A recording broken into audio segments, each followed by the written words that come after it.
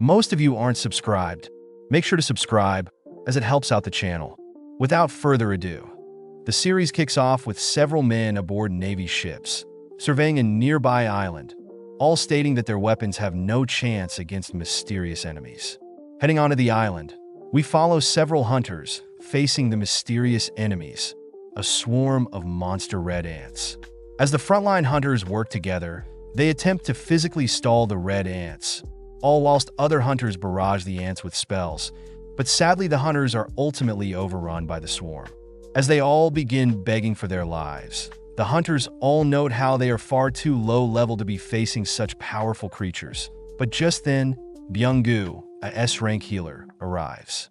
As Byung-gu begins healing the injured, Yun-seok, wielding lightning magic, and Yunho, wielding martial arts skills, begin clearing the area of the swarm of red ants.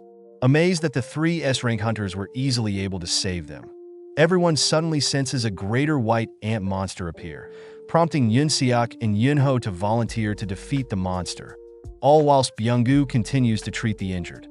With both S-rank adventurers dashing towards the white ant, Yunho chooses to wrestle with the creature, giving Yun-seok enough time to prepare a powerful lightning spell, perfectly striking the white ant from behind. As the creature is temporarily paralyzed, Yunho rips off the white ant's two front-facing fangs, leaping back, only to launch one of the torn-off fangs at the white ant, easily carving a hole in the creature's torso with his projectile. With no time to breathe, both S-rank hunters spot swarms of white ants approaching their location, forcing Yunho to awaken his berserker mode and Yun-seok to unleash simultaneous waves of lightning. Cutting to a nearby town on the same island, we spot Guildmaster Choi rally several other hunters in town, all standing off against a swarm of ants. Channeling a single flame spell, Choi signals the start of their raid on the ants, easily incinerating the weaker red ants, only to order his guild to begin attacking the greater white ants. Apparently, 10 years ago, several gates had begun appearing out of nowhere, allowing powerful monsters deemed magic beasts to appear. Seeing as conventional military weapons were useless against these magic beasts, it was discovered that humans began awakening with powers and skills that could rival the appearance of these magic beasts. These people were called hunters. Once a hunter had awakened, they would be given a rank from rank S to rank E, and sadly, once someone has awakened, there would be no way of improving one's rank no matter how hard they trained.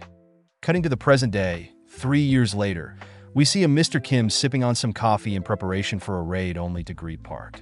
Mr. Kim learns that Park's wife has recently gotten pregnant again, explaining Park's reason for attending their raid today, as he hopes to earn some extra cash for the family. Just then, our MC, Sung Jinwoo, arrives, greeting everyone as everyone is clearly happy to hear that Jinwoo is here. Seeing the attention Jinwoo is getting, Park asks Mr. Kim if Jinwoo is absurdly strong. But Mr. Kim corrects Park, stating that Jinwoo had been deemed the weakest adventurer ever to be discovered. And the reason everyone is happy is because they know any raid Jinwoo partakes in will be easy for them.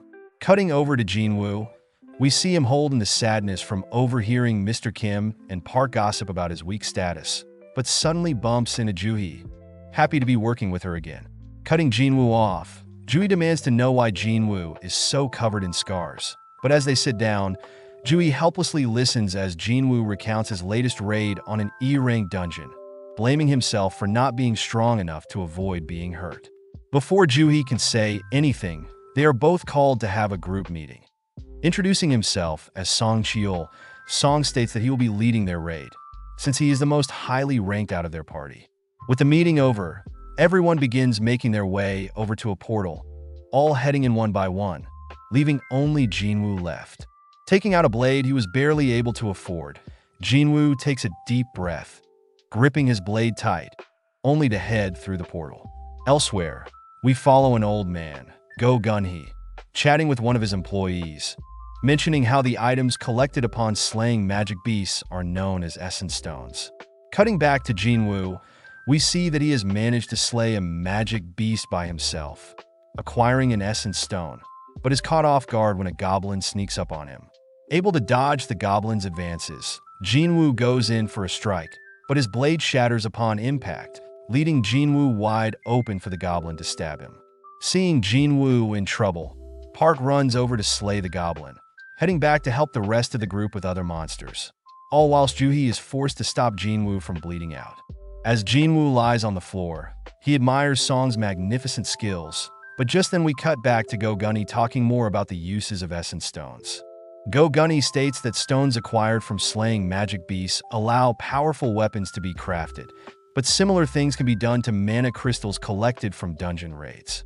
Most importantly, Go Gunny states that the government is attempting to harvest energy from these mana and essence crystals, hopefully discovering a brand new way of acquiring energy.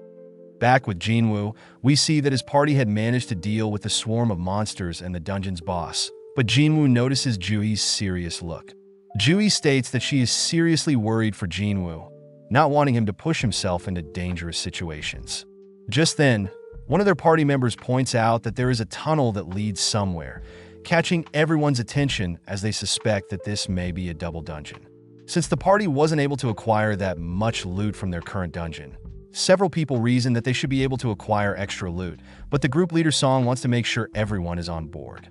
Upon taking a vote, Song counts 6 votes for continuing into the second dungeon and 6 votes against, leading only Jinwoo's vote.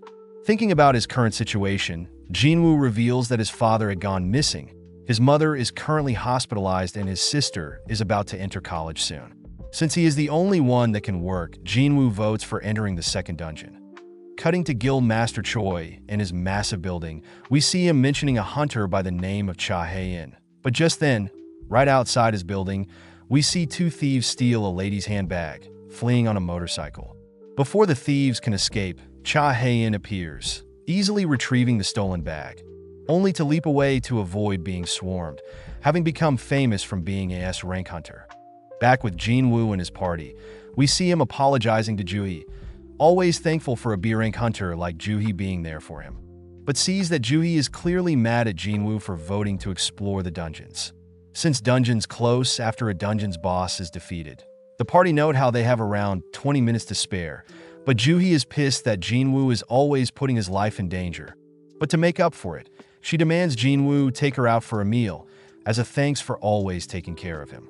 Just then, the gang encounter a huge set of intimidating doors, but holding back their fear, they venture onwards.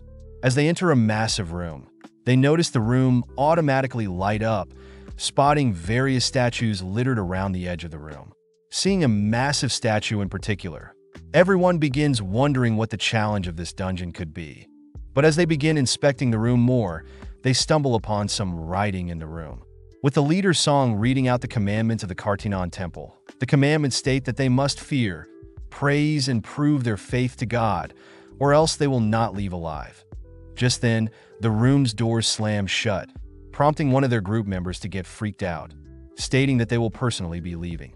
Before the group member can reach the doors, one of the statues suddenly moves, instantly decapitating the group member, leaving everyone in shock. Trying to digest the situation, Jinwoo notes how the group member that was instantly killed was at least D rank. And seeing as that single statue was able to move, Jinwoo turns around to observe the massive statue behind them, breathing heavily as the statue's eyes suddenly glares at him. Having survived death many times, Jinwoo had learned to survive with the most minimal of equipment, and instead rely on his instincts. Sensing something from the statue's eyes, Jinwoo cries for everyone to get down, right as the statue's eyes shoot a powerful beam at everyone in the party. With another one of their members incinerated, everyone begins to beg for their life, all whilst Jane racks his brain to figure out how to survive. Seeing that the giant statue has ceased its attacks, several group members state that they should all make a run for it while they still can, but Song orders everyone to stay still, not wanting to provoke the statues. Turning to Jinwoo, Song commends Jinwoo's senses. As if it was not for Jinwoo alerting everyone to the giant statue's eyes, everyone would have been dead. Grateful for the thanks, Jinwoo realizes that Song has lost one of his arms, so the least he could do is help Song stop the bleeding. Seeing Juhee so shaken up, Song reveals that the reason a B-rank hunter like Juhee only participates in low dungeon raids is sadly due to her weak mental state to violence. Additionally, Song mentions how although he too has participated in several B-rank dungeon raids himself, he has never faced such a powerful creature like the giant statue, suspecting the creature of being S-rank. Sitting down and re-evaluating their clues carved onto the stone, Song and Jinwoo wonder if the god they must worship, pray, and believe is the giant statue before them. At the same time, Jinwoo's sister, Jaina, chats with her friend at school, who is curious about Jinwoo, wondering why a hunter like him is always so injured. With no current plan, Song and Jinwoo agree that they should wait a bit longer to hopefully see something change. At that moment, one of the party members begins to break, stating that he had recently signed with a prestigious guild and that he doesn't want to die now. Encasing himself with a wind spell, the hunter dashes towards the gate, confident that he'll make it. But instantly, the hunter is vaporized. Disgusted to see another party member helplessly die, Jinwoo wonders why the statues don't just slaughter them, suddenly realizing something. Remembering that the first commandment from the stone is to worship God, Jinwoo begins to slowly stand up, but Song demands Jinwoo not do anything foolish. Upon seeing Jinwoo's determined eyes, Song allows Jinwoo to proceed, prompting Jinwoo to continue to stand up, only to immediately duck and bow his head upon spotting the giant statue's eyes light up. With everyone curious about what just happened, Jinwoo suspects that the giant statue only attacks people when they reach a certain height, therefore they should all bow to the giant statue. Seeing as everyone has bowed their heads, Jinwoo peeks to see the statue's eyes, relieved that the eyes have turned off, but instead the statue dons a terrifying grin. With nothing else happening, everyone notices that they are now allowed to stand up, exciting the party, but Jinwoo notes something is off. Just then, the giant statue stands up, slowly marching towards the members, all whilst holding its terrifying smirk. Thinking about the second commandment, Jinwoo racks his brain on ways to praise God. But out of nowhere, one of the party members suggests that they praise God through words, choosing to kneel before and recite a prayer.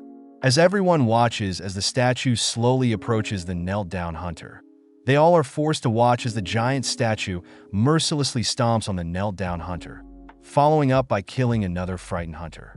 Seeing as it is too dangerous to stick together, everyone splits up, prompting Jinwoo to grab hold of the frightened Juhee, dragging her with him. Following Park, we see that he has made it towards the edge of the dungeon, thinking about how he still has a loving wife and kids that he must return to, but sadly one of the night statues cleave Park's body in half. Attempting to come up with a plan, Jinwoo notices Juhee's disturbed expression along with several hunters begging for their lives. Jinwoo digs deeper to come up with a plan. Scanning the statues around the edge of the dungeon, Jinwoo spots a statue with a musical instrument, ordering everyone to head towards that statue. With Song heading to his nearest statue, Song spots the statue playing its instrument, stating that it's safe to head to statues with musical instruments, prompting Mr. Kim to successfully find a statue of his own, only to begin breaking down crying. Jinwoo and Juhee have also arrived at a music-playing statue, but Jinwoo notes that the statue isn't playing its instrument, deducing that only one person can stand below each music-playing statue. Leaving the frightened Juhee beneath the statue, Jinwoo runs to search for another statue, catching the attention of the giant statue. Barely able to spot a music-playing statue, Jinwoo is barely able to avoid the giant statue's advances, but unfortunately wounds up beneath a shield-wielding statue. With the shield statue bringing its shield down on Jinwoo, he barely manages to survive, managing to crawl to a music-playing statue. With everyone now under a music-playing statue, they all spot the giant statue go back to its original location, seemingly turning off. Rushing to Jinwoo's side, Juhee notices Jinwoo's severed leg, immediately applying her healing magic, but Juhee is unable to completely heal Jinwoo, having depleted all her mana. With everyone wondering what now, Mr. Kim speaks up, demanding that Song take accountability, being the leader of the group that agreed to explore this dungeon. Just then, an altar appears in the middle of the dungeon, prompting Jinwoo to realize that the altar aligns with the third commandment, as by believing in God, someone must be sacrificed. Hearing this, Mr. Kim raises his blade to Song's neck, ordering Song to sacrifice himself and atone for his sins. With Song agreeing, Jinwoo thinks about how this is wrong, as everyone voted and agreed as a group, but when Song enters the vicinity of the altar, an orange flame appears. Curious as to the reason for this, Jinwoo asks 2 other party members to help him enter the altar's domain, prompting 3 more orange flames to appear. With Jinwoo attempting to figure out what is happening, Song reminds Jinwoo that today is the 7th day of their dungeon raid, meaning if they wait any longer to defeat this dungeon, the dungeon itself will open. This is referred to as a dungeon break, as the dungeon will act as a portal between the human world and the monsters. With Jinwoo asking for Joo-hee and Mr. Kim to enter the vicinity of the altar as well, we see 6 orange flames in total. But just then, an additional ring of blue flames appear around them along with the dungeon doors opening. As the blue flames begin to disappear one by one, everyone notices the statues along the edge of the dungeon begin to move, fearing what will happen when the statues reach them. Jinwoo is able to figure out that the statues only move when they aren't looking at them. But with the temptation of freedom before them, one of the female hunters beside Jinwoo makes a break for the door, managing to escape successfully, but one of the orange flames disappears. Seeing her escape, another hunter pushes Jinwoo aside, also managing to escape, leaving only 4 remaining. Seeing Mr. Kim tempted by freedom as well, Jinwoo states that they need at least 4 people to stop all the statues, and that once the blue flames all disappear, they can all escape. Sadly, Mr. Kim apologizes in tears, stating that they can't be certain that they can escape, only to escape out of the dungeon himself. Knowing that they will all die soon, Song asks that Joo-hee and Jinwoo leave him, as they need at least 1 person in the vicinity of the altar to keep the door open. As Joo-hee attempts to move, Joo-hee falls to her knees, as her fatigue has finally kicked in. With no other choice, Song and Jinwoo agree that Jinwoo will stay behind, unable to move himself, and Song will carry Joo-hee to safety. When Joo-hee offers to stay behind, Jinwoo states that she must live, handing her the essence stone he obtained, only for Song to knock Joo-hee unconscious, carrying her on his shoulder, only to leave the dungeon. With Jinwoo alone, he attempts to stand off against the swarm of statues, but instead is brutally flung around, ultimately falling onto the center of the altar, bleeding out. As the statues puncture his body with their weapons, Jinwoo cries out that he has a family as well, demanding for a second chance. As everything goes black, a sudden system terminal pops up, stating that Jinwoo has completed the secret quest, Courage of the Weak. The system terminal asks if Jinwoo wants to be given the player status, reminding Jinwoo that his heart will stop in 0.02 seconds, prompting Jinwoo to accept the offer. With his life flashing before his eyes upon accepting the player title, Jinwoo suddenly wakes up in a hospital bed, realizing that his arm is completely fine.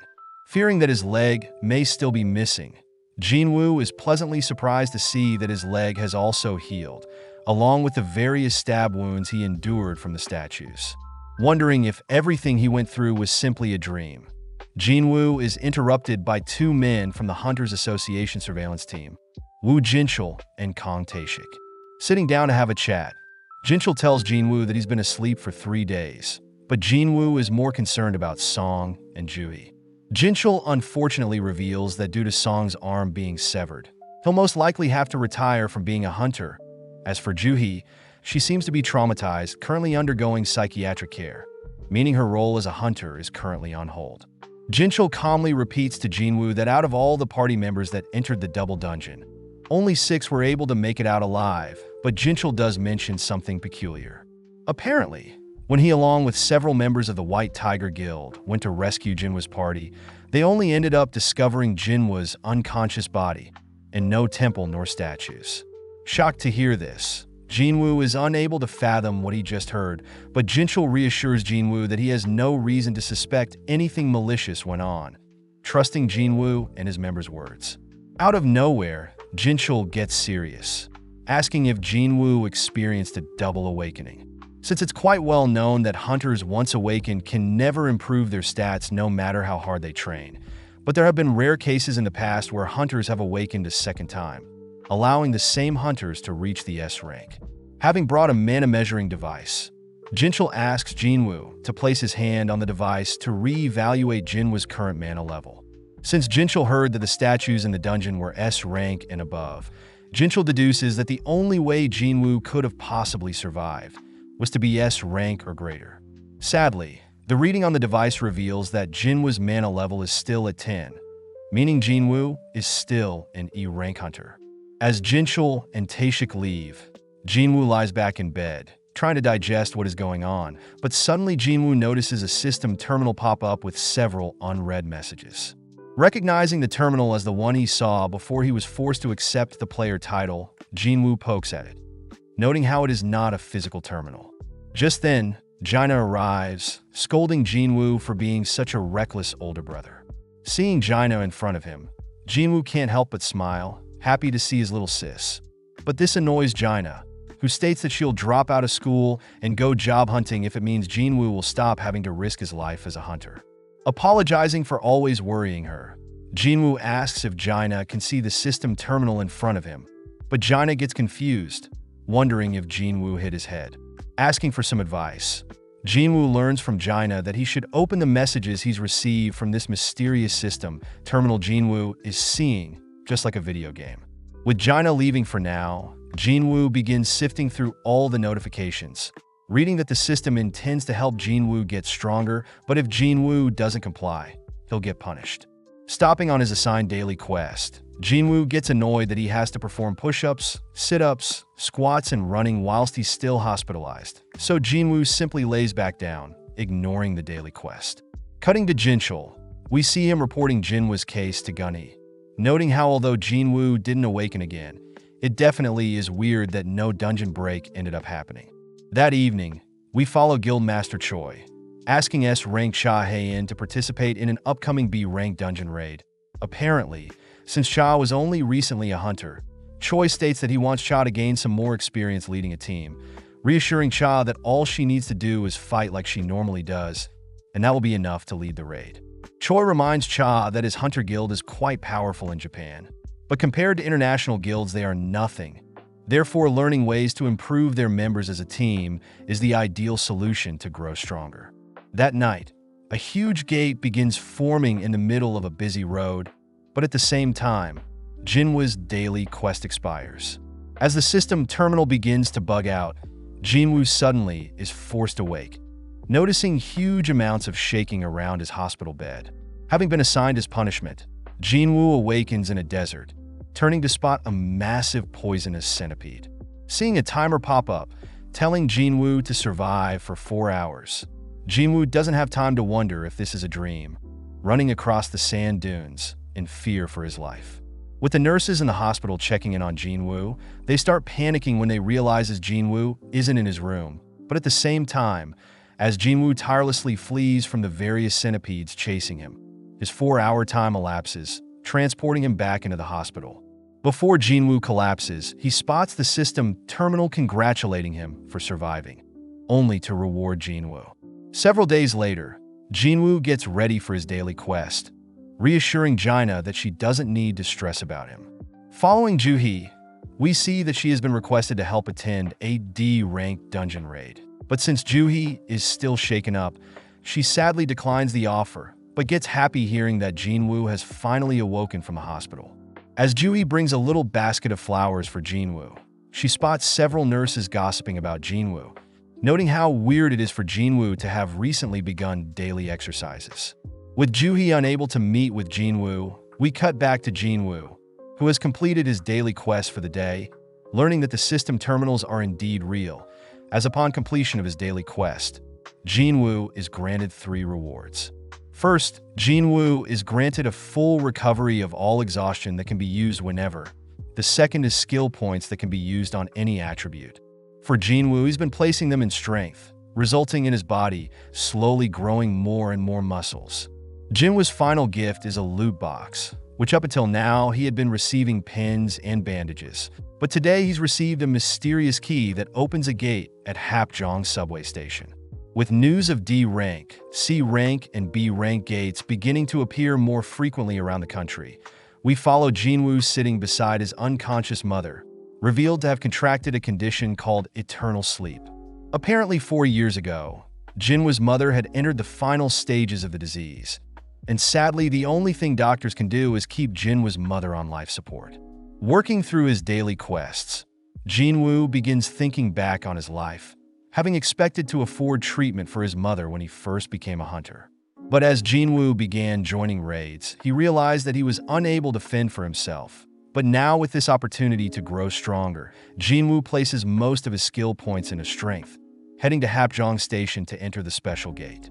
Having brought a weapon for safety, Jinwoo takes out the dungeon key, unlocking the dungeon, and is notified that he has entered an instance dungeon. Slowly descending the station, Jinwoo realizes that he is in a separate dimension, and that the only way to escape is to defeat the boss, or to use a teleportation stone. With no other choice but to continue deeper into the dungeon, Jinwoo arms himself with a blade, only to be stopped by 3 goblins. Not wanting to lose to these pathetic creatures, Jinwoo clashes with the 3 creatures, managing to impale one of the goblins. Feeling a surge of confidence rush over him, Jinwoo follows up, but slaying the remaining 2, happy to see that he has grown stronger. Out of nowhere, Jinwoo senses a powerful creature approaching from behind, managing to block the beast's advances, but unfortunately his blade shatters. Realizing the steel-fanged Lycan beast is far stronger than the goblins he just faced, Jinwoo begins to cower in fear. As the Lycan begins rushing Jinwoo gets pissed at his weak self, helplessly watching as the beast pounces on him. Mustering up the courage to move, Jinwoo leaps as far as he can from the Lycan, surprisingly flipping multiple times through the air. Catching himself in a handstand, Jinwoo pushes off with his arms, noting how light his body feels as he leaps over the Lycan. As the Lycan begins dashing towards Jinwoo steals his resolve, gripping his fist as hard as he can, only to launch his fist at the Lycan. In an instant, the Lycan is flung back, surprising Jinwoo, believing that the points he put into strength is paying off. Sadly, the Lycan simply gets back up, making Jinwoo aware that it's still far stronger than Jinwoo. As the Lycan once again initiates the fight, Jinwoo relentlessly throws punch after punch, all whilst dodging the Lycan's steel jaw. But as when the Lycan gets too close, Jinwoo is forced to dodge to the side, allowing the Lycan to continue charging into a wall. Seeing that the Lycan hasn't sustained an ounce of damage, Jinwoo begins running to buy time, racking his brain for a solution to defeat the creature. Having only brought food and water, Jinwoo wonders how he'll get a powerful item to slay the creature, suddenly realizing something. As the Lycan continues to hunt Jinwoo down, Jinwoo stops to open his player inventory, reaching in and grabbing a powerful sword. Right as the Lycan reaches Jinwoo uses his new sword, easily splitting the creature in 2 with a single slash. Trying to make sense of what just happened, Jinwoo states that the blade apparently belonged to Mr. Kim, having paid 3 million for the special sword, all whilst acquiring a title and being notified of a level up. Sensing 2 more Lycans approaching, Jinwoo states that he has no longer any reason to fear the creatures, gripping his new weapon. But as the Lycan begins to fastly approach, Jinwoo realizes that his sword is lodged into the ground, managing to barely free, right as the Lycans attack. With one Lycan dodging Jinwoo's initial slash, the other manages to bite down and restrain Jinwoo's blade. Amazed at the grip strength of the Lycan's steel fangs, Jinwoo manages to kick the Lycan holding onto his sword, instantly cleaving the creature into 2. Knowing that the Lycans don't even compare to statues in the double dungeon, Jinwoo turns to the second Lycan, only for the creature to retreat.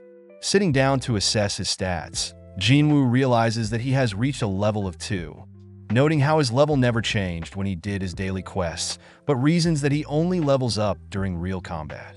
Additionally, Jinwoo notes that upon leveling up, his wounds have been healed and that each of his 5 stats have risen by a single level, making leveling up more efficient than daily quests that only yield 3 skill points. Wondering what a single skill point does to his overall body, Jinwoo reasons he should think about these things later. Heading over to retrieve the essence stones from the monsters he's slain, Jinwoo is surprised to see the system notify him that he has received a monster drop instead, a Lycan's tooth.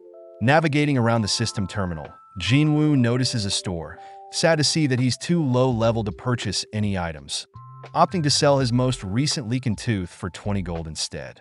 Wondering how much the system's gold is compared to his world's gold, Jinwoo once again brushes that question aside, stating that he must defeat the dungeon boss if he wants to leave.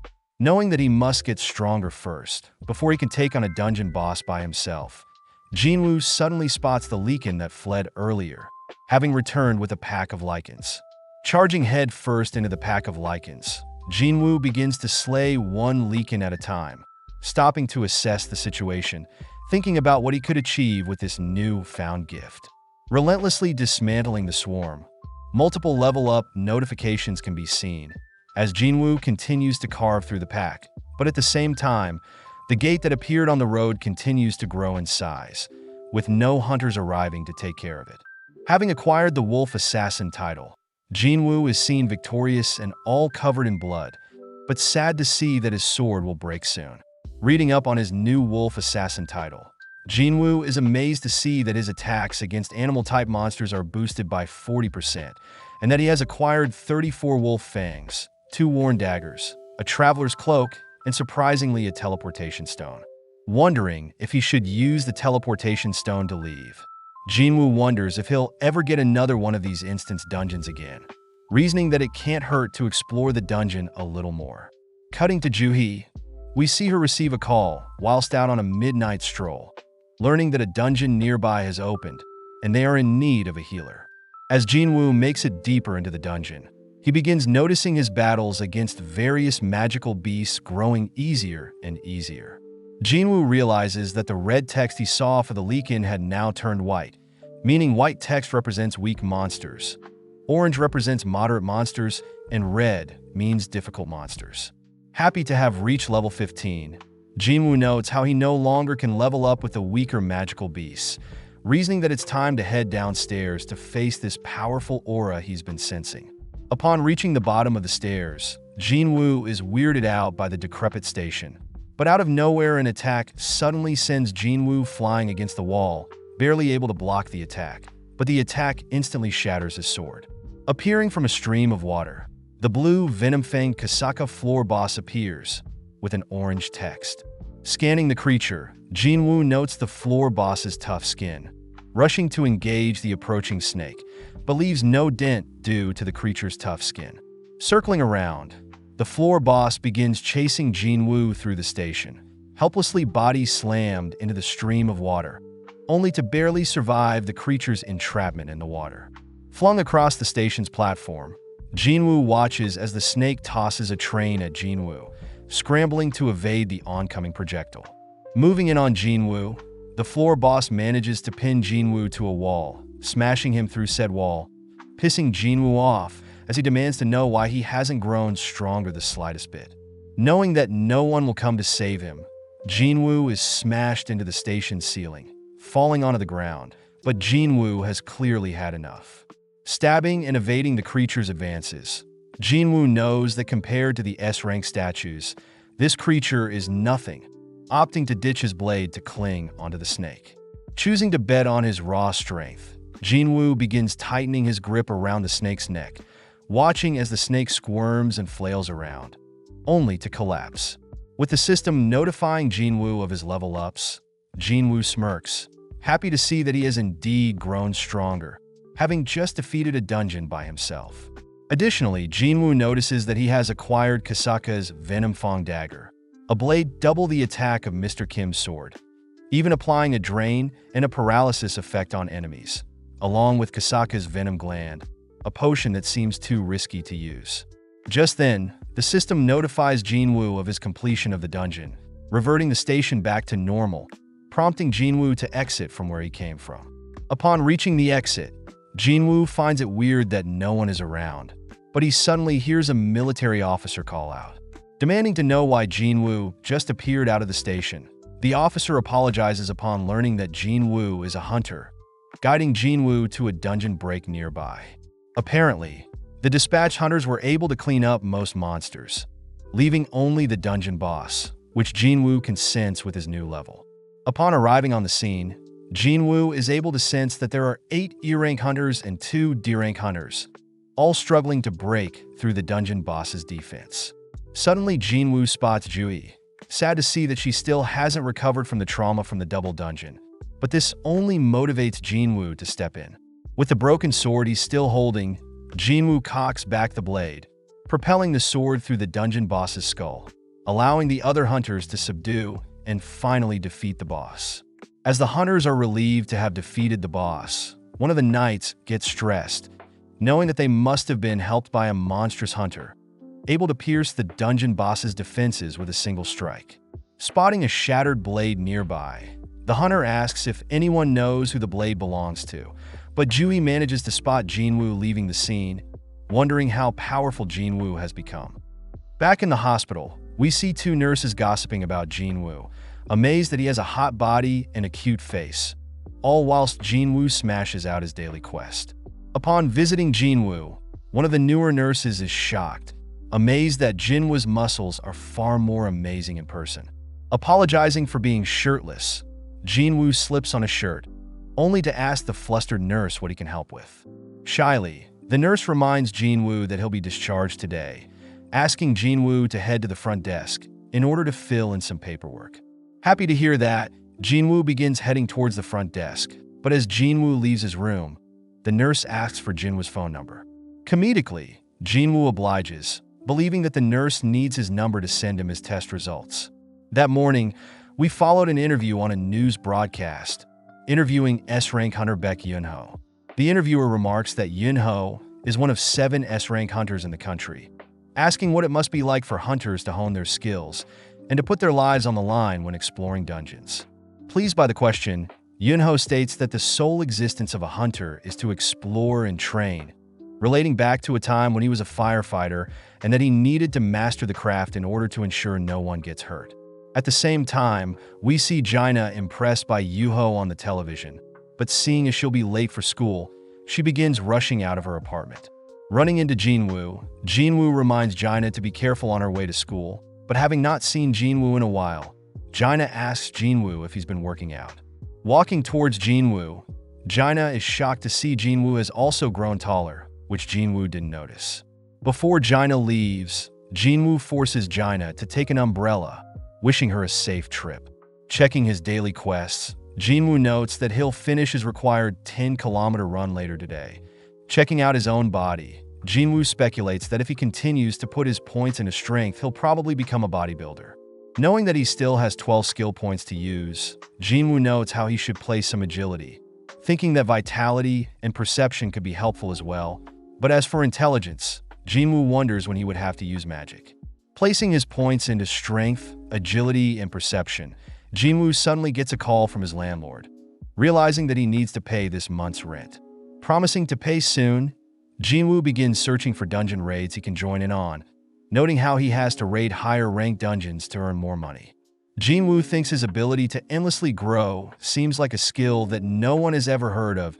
Therefore, Jinwoo states that he better keep this cheat skill a secret until he can at least grow stronger. Spotting an enticing raid, Jinwoo jogs to his destination, finishing the 10 kilometers along with meeting up with his raid party. Greeting Hwang Dong-suk, some of Dong-suk's members recognize Jinwoo, yelling that Jinwoo is known as the weakest hunter in the world, but Dong-suk asks Jinwoo to ignore them, apologizing for their rude remarks. Going over the rules, Dong-suk states that they'll be raiding a C-rank dungeon and they need a minimum of 8 hunters, with half needing to be at least C-rank. Dong-suk states that Jinwoo's role is to solely fill a slot, promising Jinwoo to still pay him 2 million for participating, prompting Jinwoo to scan the other hunters, noting how there are 4 C ranks and 2 D ranks. Dong-suk asks Jinwoo to help carry a bag filled with food, spare clothing, gear, and med kits, but Jinwoo realizes that their party doesn't have a healer, learning that since it's hard for independent raids to acquire a healer. Sensing something suspicious about this amazing opportunity, Jinwoo agrees to sign a contract, but suddenly spots Yu Jinho, a 21-year-old D-rank hunter. Seeing Jinho's gear, Jinwoo realizes that Jinho must be from a very wealthy family, but nonetheless, everyone begins heading into the dungeon. Upon confirming that the dungeon is C rank, the party heads through the portal, prompting Kyuan to light up the dark dungeon with some light magic. As the party begins heading through the dungeon's cave, they all note how there are no glow stones, rocks that faintly light up dungeons, which are different from essence stones from monster drops and mana stones that people normally mine. With several minutes passing, the party gets weirded out, wondering why they have yet to run into any magical beasts. Running into a location filled with holes, everyone begins sensing a strange aura approaching, all beginning to brace for whatever is to come. Racking his brain for what the enemies could be, Jinwoo deduces that they are up against insect-type monsters, alerting everyone that the creatures are approaching from above. With Dong-suk activating his taunt skill, Dong-suk draws the attention of all the insects, ordering his men to protect Kyunwon, who begins channeling a fire spell. With several seconds passing, Kyunwon manages to unleash the powerful fire spell, giving the rest of the party courage to slaughter the insects. Seeing Dong-suk and his men slay the ants, Jinwoo praises the hunter's coordination, but still notes something strange about the situation. Turning to Jinho, Jinwoo notes how his expensive gear is keeping Jinho alive, but as Dong-suk and his members finish up the insects, he thanks Jinwoo for alerting them to the attack. As Dong-suk and his men inspect the bodies of the insects, they realize that the insects have bite marks that imply a greater monster must have terrorized the insects prior, but Jinwoo spots Dong-suk acting strange, warning Jinho to be wary of the others. As everyone continues deeper into the dungeons, Jinwoo begins thinking about the conditions of this raid, finding it weird that Dong-suk's independent party seems quite strong, but refuses to accept healers and has a reputation of recruiting strangers for every dungeon raid. Finally, encountering a web-filled section of the dungeon, Dong-suk begins carving through the webs, prompting Kyunwon to light up the dark tunnel, revealing a massive pile of mana crystals. Seeing the tons of mana crystals, Dong-suk states that he's hit gold, estimating the mana crystals total around 1 billion, wanting to use the money to catch up to his younger brother. Realizing something, Jinho asks to see Jinwoo's contract, confronting Dong-suk as Jinho had realized that Jinwoo's contract had specified that Jinwoo won't be getting any drops from mana crystals and only monster drops. Changing the topic, Dong-suk promises to pay Jinwoo properly, but first they need to mine the mana crystals before defeating the giant spider dungeon boss. Asking his men to grab mining equipment, Dong-suk hears his men apologize for forgetting the mining tools elsewhere in the dungeon.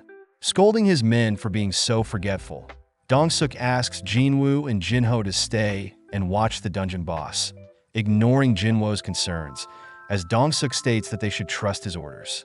As Dong-suk and his men leave, Jinwoo finally places the pieces together, knowing that Dong-suk and his men total to 6, exactly 2 men below an 8-party raid. Additionally, since Dong-suk has raided other C-rank dungeons before, it's strange for Dong-suk to recruit strangers. But just then we see Dong-suk order Kyunwon to seal off the dungeon entrance, trapping Jinwoo and Jinho with the dungeon boss.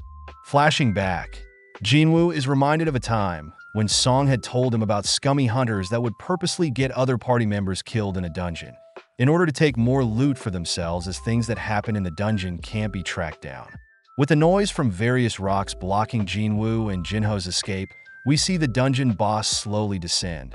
But as Jinwoo thinks back on how much stronger he's gotten, Jinwoo equips his dagger, stepping up to confront the dungeon boss. Back outside the gate, we see Dong-suk and his men leave the portal, hearing his men ask him why they didn't just slay Jinwoo and Jinho. Dong-suk reminds his men that fighting near the spider boss would have woken the boss up, so by letting the spider eat the two, they can go in and mine all the mana crystals for themselves. Dong-suk notes how there were other entrances on the ceiling in the boss room, so they can enter and exit through them once the dungeon boss has settled down. But as they wait, Dong-suk states that in case they aren't able to gather enough mana crystals, they can always steal Jinho's rare gear. Crouching down and browsing through his phone, Dong-suk wonders which rich family Jinho belongs to, reasoning he should attend the kid's funeral, but suddenly asks Kyuan if he could beat the dungeon boss himself, happy to hear that Kyuan agrees that they would need their entire army to slay such a creature. Cutting back to Jinwoo and Jinho, Jinho advises Jinwoo to flee instead of facing the boss, revealing that the spider dungeon boss is at least C rank, and it would take an upper C rank or even a B-rank hunter to solo such a boss. Knowing that Jinho is correct, Jinwoo remembers how the snake and the golem bosses were D-rank, meaning he might not stand a chance against the spider dungeon boss, but Jinwoo can't help but feel calm, smirking as he wonders how strong he is now. Currently level 18, Jinwoo grips his blade, dashing towards the spider, only to swiftly pass through it, striking it a couple of times. At the same time, we see Gunhee chatting with Jinchul, having finished a draining meeting, asking if Jinchul could clear up his schedule, needing a break from all the press. As the dungeon boss begins striking back, Jinwoo evades each strike, heading to cut off one of the spider's legs, but is forced to retreat when his blade doesn't even scratch the spider's leg. Knowing a single strike from the spider will end him, Jinwoo begins ducking and weaving below the spider's body, trying to find an opening, but as Jinho watches on, he gets terrified, noting how Jinwoo can't be E-rank. Jinho suspects that Jinwoo is a false ranker, someone that is able to manipulate their magic power, purposely placing lower than expected in order to hunt for fun. As Jinho falls to his knees powerless, Jinwoo continues to hack away at the spider, but is stuck, unable to break through the spider's thick exoskeleton.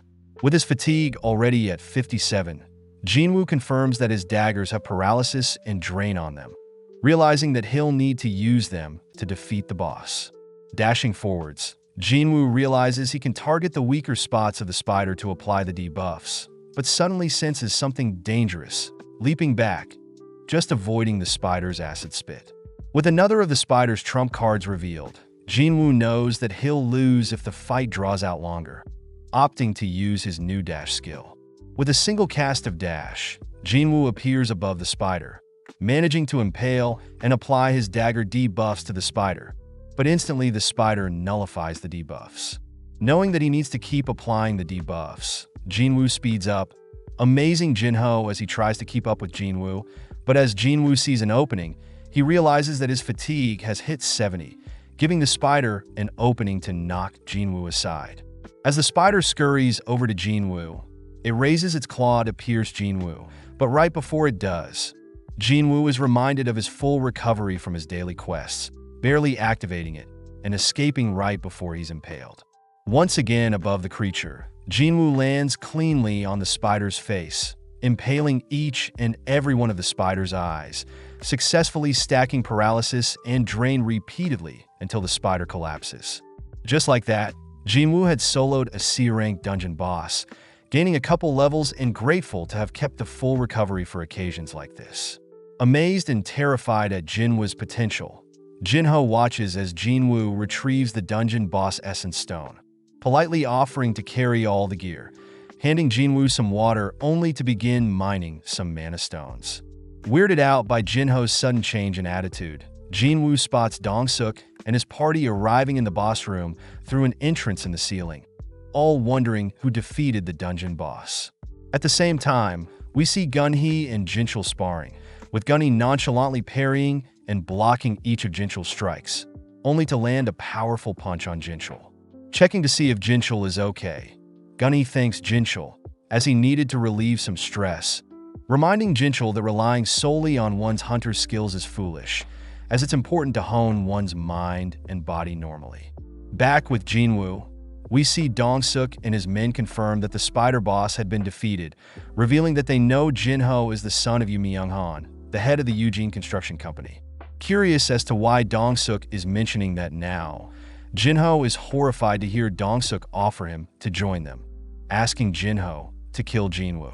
Dong-suk reasons that if Jinho was the one that soloed the dungeon boss, then it must mean that Jinho's gear has special enchantments that even Dong-suk and his party may have trouble with.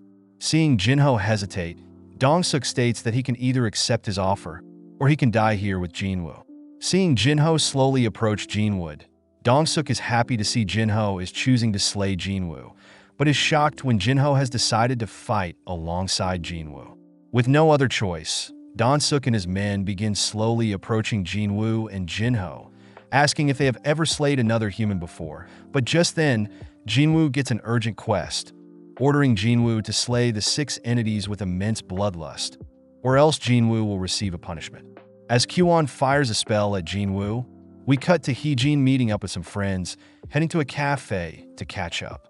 Heejin notes how she, along with other White Tiger Guild members, are doing nothing noteworthy, asking Gina about her training with Cha, as they are both Hunter Guild members. Gina states that Cha is beyond this world, easily defeating A-rank monsters that would normally be quite hard for her. Even Kahun, the leader of her party, was amazed, but Gina asks if Chul, the leader of Jinny's party, is any good. As the girls gossip about the suspiciously high death rates in dungeon raids recently, we cut back to Jinwoo, barely alive from the projectile Q-on had landed on him. Reminded of the betrayal he felt at other humans, Jinwoo wonders if the urgent quest is the system's way of helping him, prompting Jinwoo to slowly get up, trudging over to Dong-suk and his men. Seeing Jinwoo pathetically waddle towards them, Dong-suk and his men feel sorry for Jinwoo, but suddenly see Jinwoo acting possessed.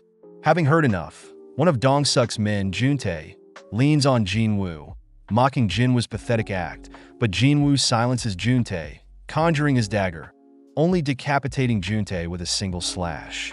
Horrified, Dong-suk notes how Juntae was a D rank, but Jinwoo only thinks about how he must kill these men in order to survive. As three of Dong-suk's men rush and fire projectiles at Jinwoo, Jinwoo instantly impales two of the attackers, applying paralysis and drain to both men, following up by cutting down the third man, only to slay Q-on as well. With only Dong-suk left, Dong-suk immediately casts reinforcement, deducing that Jinwoo's dagger has special debuffs, stating that his fortified body should now withstand Jinwoo's dagger. Sadly, Jinwoo simply dashes in close, grabbing and slamming Dong-suk's head into the ground. Completely defeated, Dong-suk begs for his life, offering to pay Jinwoo any amount of money he wants, but Jinwoo reminds Dong-suk that he tried to kill him 3 times. Pissed at Jinwoo's attitude, Dong-suk cries that his brother is very strong, but Jinwoo ignores his cries, decapitating Dong-suk and finishing up his urgent quest. As the dungeon begins to close, Jinwoo and Jinho report their raid to Association Worker. But as Jinho fills the lady in on everything, Jinwoo checks out his rewards for completing the sudden quest, shocked to be given the skill Murderous Intent, a skill that weakens all abilities of the enemy. Having lied to the lady, Jinho is forced to claim all the glory, but as the lady leaves, Jinwoo states that he's happy to have given Gina an umbrella, all whilst we cut to Dong-suk's younger brother, staring off into the distance. Cutting to Jinchul, we see him receive a report on the recent dungeon raid, where Dong-suk and his men were killed, but the C-rank dungeon was still completed. Jinchul hears that Jinho was carrying very expensive gear, reasoning that it was Jinho that took care of the boss, but is surprised to hear Jinwoo was also a part of the raid, realizing that Dong-suk's younger brother, Hwang Dong-soo, may show up. Back with Jinwoo, we see him arriving home, exciting Gina as he's brought fried chicken home. On top of that, Jinwoo mentions how he can cover his mom's hospital bill along with their living expenses for a while, piquing Gina's interest as she notes Jinwoo is normally more frugal. As the two sit down to munch on the fried chicken, Gina asks about Jinwoo's recent raid, believing that it must have been pretty easy with other higher rank hunters. Thinking back on the raid, Jinwoo notes how he was quite cold back there, easily able to dismantle a whole group of humans, wondering if the system is changing him for the better. With Gina calling out to Jinwoo, Jinwoo apologizes for zoning out, knowing that if he's forced to go through such a traumatic event again, he won't hesitate, as he needs to get stronger to protect his family. As Jinwoo cracks open and sips a beer, a system terminal pops up, stating that it has detected a toxic chemical entering Jinwoo's body, instantly removing it after a few seconds. Amazed, Jinwoo chugs the rest of his beer, heading to his room, but teases Gina for eating too much. Now alone, Jinwoo experiments with a few more beers, impressed that he's not getting drunk at all, but realizes that it's a reward from surviving the double dungeon. Health and longevity buff allows immunity to all toxins along with improved regeneration capacity, which explains why Jinwoo's limbs came back after reviving as a player. As Jinwoo rests for the day, Gina notifies Jinwoo that a man by the name of Jinho is asking to meet with Jinwoo. But before Jinwoo leaves, Gina scolds Jinwoo for drinking too much, which Jinwoo reassures Gina that he's perfectly fine. Meeting up at a nearby cafe, Jinho thanks Jinwoo again for saving his life, which Jinwoo says is fine, happy to have received a good chunk of the essence stones to sell. Jinwoo asks if Jinho had revealed what really happened in the dungeon, but Jinho states that the violence was all in self-defense, so he hasn't told anyone yet. Just then, Jinho reveals that he wants to start a strike team, which Jinwoo immediately declines, anticipating that Jinho is asking him to join. Before Jinwoo leaves, Jinho reveals that he wants to start his own guild, and that they need only 19 more raids to be certified. Interested, Jinwoo learns that Jinho is in desperate need of manpower, wanting to start his own guild knowing that he'll inherit his father's company soon. Jinwoo notes how Jinho is the second son to the prestigious Eugene Construction Company, surprised that Jinho's father wants to start a guild for themselves. Jinho reveals that his father intends to have a S-rank hunter as their guild leader, but Jinwoo reminds Jinho that all 7 S-rank hunters in Korea are busy, with a former S-rank healer, Min Byung-yu, already retired. Jinwoo realizes that Jinho's father intends to steal a S-rank hunter from another guild, warning against that as it may start political war, but Jinho states that he wants Jinwoo as their leader, believing that Jinwoo is already at least a B-rank hunter. Knowing that he nor his brother can lead their new guild, Jinho hands Jinwoo the location of their new guild building, stating that Jinwoo can have the $30 billion building after he completes 19 raids for their guild. Shocked at the amazing offer, Jinwoo calms himself, reasoning that he will probably become a S-rank or greater hunter in no time. Therefore, this $30 billion offer is nothing. As Jinwoo attempts to leave, Jinho cries that in exchange for Jinwoo's cooperation, he promises to never reveal Jinwoo's true power no matter what. That night, we cut to Hwang Dong-soo, asking his assistant Laura about the details of his older brother Dong-suk's death. Dong-soo wonders what happens if he murders another person in another country, prompting Laura to state that murder can lead to the death penalty, but in some cases, the murderer may be evicted to their home country, where they could possibly bargain for a lighter punishment. Happy to hear this, Dong-soo asks when he's free, disappointed that he'll have to wait, but takes a mental note of Jinho and Jinwoo. The next day, Jinwoo and Jaina are preparing to work out together, both jogging alongside each other as Jinwoo asks Jaina what she would do with $30 billion. Surprised by the amount, Jaina states that she would pay for her mother's hospital bills, along with her school tuition. As for the rest, she doesn't know. Hearing this, Jinwoo speeds up, leaving Jaina alone, completing his daily quest for the day. Just then, Jinwoo realizes that the system had logged 11 kilometers out of 10, wondering how far the system will track his exercises, once again leaving Jaina in the dust in order to complete double of what is required. Suddenly, Jinwoo notices his daily quest reveals itself as a hidden quest, granting Jinwoo a full recovery, ability points, a blessed and accursed loot box. Opening up the blessed loot box, Jinwoo is stunned to receive a demon castle key of S-rank difficulty, smirking as he realizes something. The demon castle supposedly has the elixir of life, a magic that can cure all illnesses, prompting Jinwoo to visit his bedridden mother. Seeing as this is a no-brainer, Jinwoo uses the demon key, opening up a massive door, thinking about how powerful his enemies will be. Knowing that he's quite scared, Jinwoo states that he still has the teleportation stone from the previous instance dungeon, keeping it close as an escape option. Just then, a powerful creature roars, drawing Jinwoo's attention as it approaches Jinwoo, deemed Hell's gatekeeper Cerberus. Knowing that he needs to get stronger, Jinwoo equips his dagger, dashing forward and attempting to cut off Cerberus's leg, but leaves only a scratch, following up by barraging the creature with slashes, but still no damage. Activating his murderous intent, Jinwoo attempts to scare the creature, but Cerberus replies with a roar, instantly canceling out Jinwoo's intimidation skill. Moving in close, Jinwoo drives his dagger into Cerberus's nose, applying paralysis and drain, but Jinwoo is forced back when Cerberus instantly cleanses all debuffs, following up by tearing off Jinwoo's left arm. Terrified that Cerberus took away a third of his life, Jinwoo spots Cerberus activate its rage skill, doubling all its stats, only to be shocked when Cerberus's attacks become hard to read. Having already lost half of his health, Jinwoo is forced to use a full recovery, restoring his lost arm along with his health points, dashing forward to strike back. As Jinwoo attempts to fight back, he soon realizes that Cerberus is too quick, forced to flee as Cerberus lands hit after hit, taking Jinwoo closer and closer to 0 health. All while the system continues to alert Jinwoo of his health dropping too low. Knowing that he should leave, Jinwoo takes out the teleportation stone, but before he can use it, Cerberus appears, knocking Jinwoo back and separating him from the teleportation stone.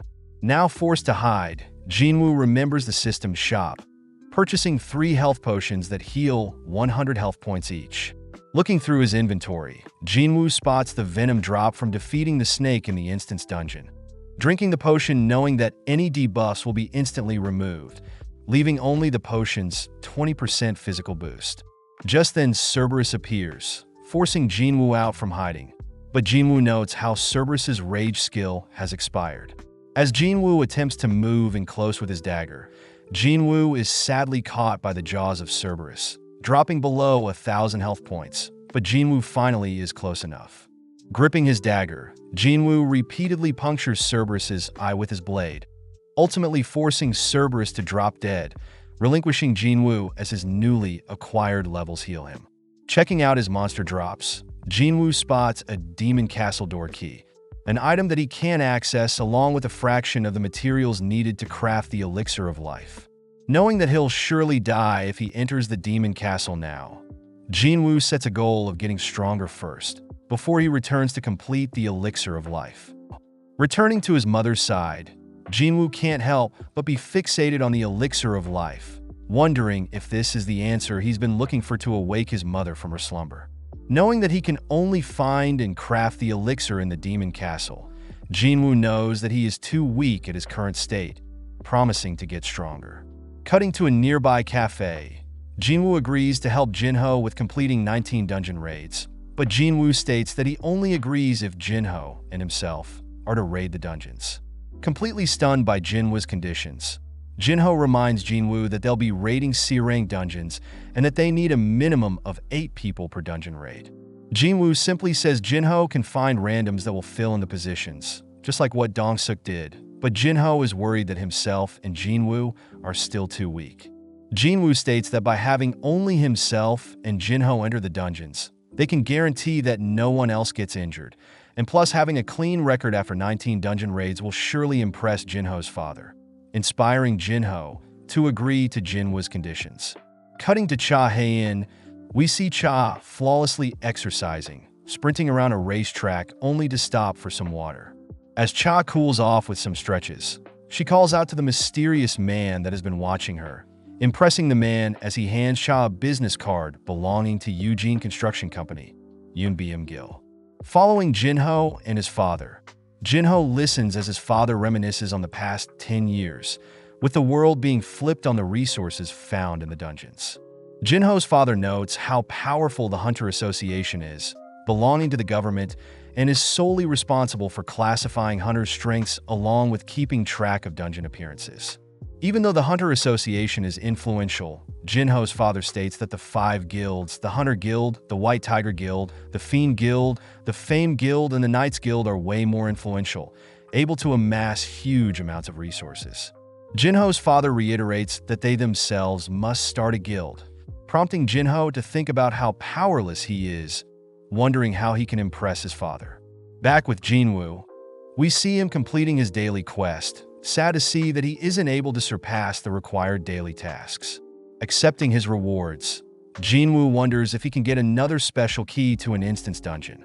But upon opening a loot box, Jinwoo is disappointed to see only a bingo ticket. Heading through town, Jinwoo notes how 3 skill points won't be enough progress, racking his brain to think of ways to get stronger. Knowing that the 19 dungeon raids will be good, Jinwoo wonders if he can level up in the penalty zone by defeating those centipedes, but realizes it'll be a waste of time if the centipedes don't level him up. Just then, Jinwoo receives a notification, asking Jinwoo to join a D-rank dungeon raid. Hesitant that he'll accidentally reveal his true power to others, Jinwoo realizes that he doesn't have time to waste, accepting the raid opportunity. Cutting to Song, we see him sparring one of his students, happy to see that his student is growing quickly, but is still unable to defeat Song even though Song only has one hand. Just then, Song receives the same notification as Jinwoo, asking Song to attend a D-rank dungeon raid, but Song wonders if he should even go. Song's student asks if Song intends to retire soon, prompting Song to agree that he might end up being a hindrance if he attends the dungeon raid, but Song states that he plans to do everything he can before he leaves this world. Cutting to Mr. Kim, we see him admiring his adorable daughter, revealing to his wife that he had received a dungeon summon. But this only gets Mr. Kim's wife to ask Mr. Kim to not go. Picking up his youngest daughter Yoonji, Mr. Kim reminds his wife that they'll need money to place Yoonji through kindergarten and their older daughter through junior high. Seeing as her husband is right, Mr. Kim promises to return safely, reassuring his daughter Yoonji that he is very strong. That evening, we see Baek Yunho scolding Choi Jong-in for pushing his media interview onto him, but Choi simply brushes it off, complimenting Yunho for being so inspiring on the news. Changing topics, Baek asks Choi what he wants to discuss, receiving some documents from Choi. Choi states that he has found several people form the Eugene Construction Company, trying to steal some of his hunters, which Baek reveals Eugene Construction is doing the same to him as well, demanding to know what Choi wants from him. Cutting to Joo-hee, we see her curled up in her room, chatting with her mother, who begs Joo-hee to give up the life of a hunter, but this infuriates Joo-hee. Joo-hee promises to not be a burden, stealing her resolve as she accepts a D-rank dungeon raid. Back with Cha, we see her heading to Choi's office, greeting Baek as he exits Choi's office, reporting that she was approached by a Eugene construction worker earlier that day. Choi is happy to hear that Cha has refused to join Eugene Construction's new guild, but Cha wonders what Choi and Baek were talking about. Following Baek as he sits at a bar, it's revealed that Choi had reminded Baek of the Jeju Island raid, stating that after the third failed attempt, no one has attempted the raid since. Choi utters that he plans to conquer the island once and for all, asking Baek to grow stronger, which prompts Baek to remember a terrible memory, seeing his S-rank friend Yoon Seok torn to pieces by the ants. At the same time, we see a mysterious old man asking another suited man to kill someone for him. The next day, we see Jinwoo preparing to leave, telling Jaina he'll be back soon, but Jaina voices how much Jinwoo has changed. Seeing Jinwoo leave, Jaina asks if Jinwoo needs to bring any equipment, but Jinwoo says it'll be quick. At the same time, we see Song heading towards the dungeon location, revealed to have awakened as a mage, even though he specializes in using a sword, but his swordsmanship can't harm any magical beasts. Just then, Song runs into Jinwoo, barely able to recognize Jinwoo, amazed at how mature he has grown. Song wonders what happened to Jinwoo's severed leg, believing that a high-ranking healer must have healed his leg, compared to Song, who was unable to receive treatment in time for his arm. As they both head towards the dungeon, Jinwoo helps Song enter the area, but they are both shocked to see that Joo-hee, Mr. Kim, and Kong are there as well. With Mr. Kim and Kong unable to look at Jinwoo, Song acknowledges that he too would be guilty after abandoning Jinwoo in the dungeon. Before Joo-hee and Jinwoo can catch up, a sudden black van pulls up, outstepping several criminals in orange jumpsuits, only to begin catcalling Joo-hee. Before the criminals can say another word, a Hunter Association worker, Kong Tae-shik steps in, silencing the men. Jinwoo and the others learn that criminals plan to help the hunters complete the dungeon raid due to the lack of manpower, and in exchange the criminals' sentencing time will be reduced. Fortunately, in case the criminals go crazy, Kong will step in and handle the criminals, being a B-rank hunter. Feeling something off with the situation, Jinwoo asks Joo-hee to not go on the raid, but Joo-hee states that she'll follow Jinwoo. Just then, Kong introduces himself to Jinwoo and Song, asking who'll be the raid leader. Turning to Jinwoo, Song asks if he can be leader again, apologizing to Jinwoo for his previous raid and promising to take the utmost precaution this time. With Mr. Kim and the others also agreeing to elect Song as the leader, we see Kong eyeing down Jinwoo, only for Song to rally the party to start the raid. Within the dungeon, the criminals begin running wild, gleefully slaughtering various goblins, shocking Song as he wonders who truly are the monsters. With Song brandishing a powerful fire spell and Jinwoo finishing off the last goblin, Song compliments Jinwoo for improving his attacks. Noticing Jinwoo's dagger, Song asks where Jinwoo acquired it, followed by Jui joking that Jinwoo hasn't gotten injured yet, which Jinwoo plays along. Focusing in on Jinwoo, Song confirms that Jinwoo has truly changed, having a more confident and powerful aura. But all whilst this happens, Taeshik continues to monitor everyone. As everyone continues deeper into the dungeon, they eventually run into a three-way fork in the dungeon, which Taeshik recommends that they can speed up the dungeon raid if they split up. As Taeshik and Song agree to have Taeshik gather the criminals and head down the right path, Jinwoo makes use of his heightened senses, able to sense that the dungeon boss is on the left path, suggesting that Juhi and Song head with him to the left path. With the remaining heading down the middle path, we see Taeshik glaring at Jinwoo right before everyone parts ways. Following Mr. Kim and Kong, we hear the two discuss how easy this dungeon is, reminded of the double dungeon where they abandoned Jinwoo.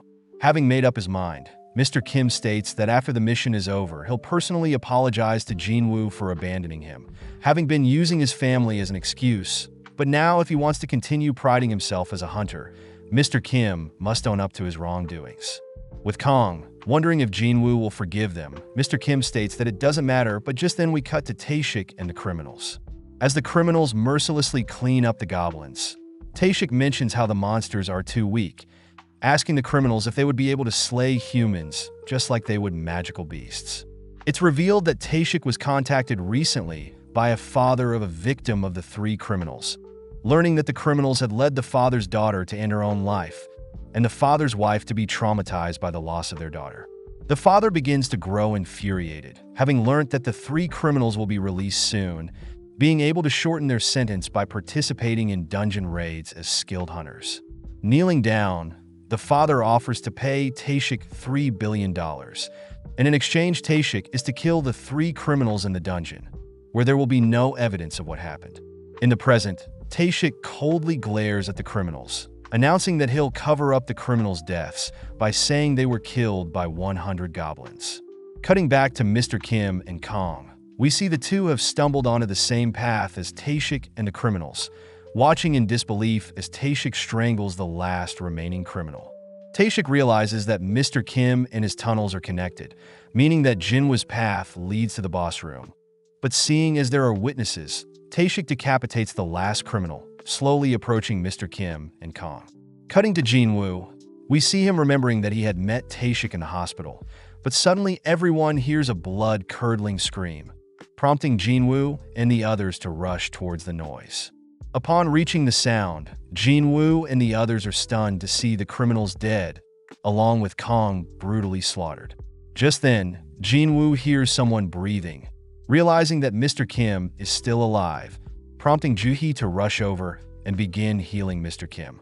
Seeing Mr. Kim's wounds, Song realizes that the injuries are not from magical beasts, as the wounds were precisely placed away from vital areas, meant to torture the target alive as long as possible.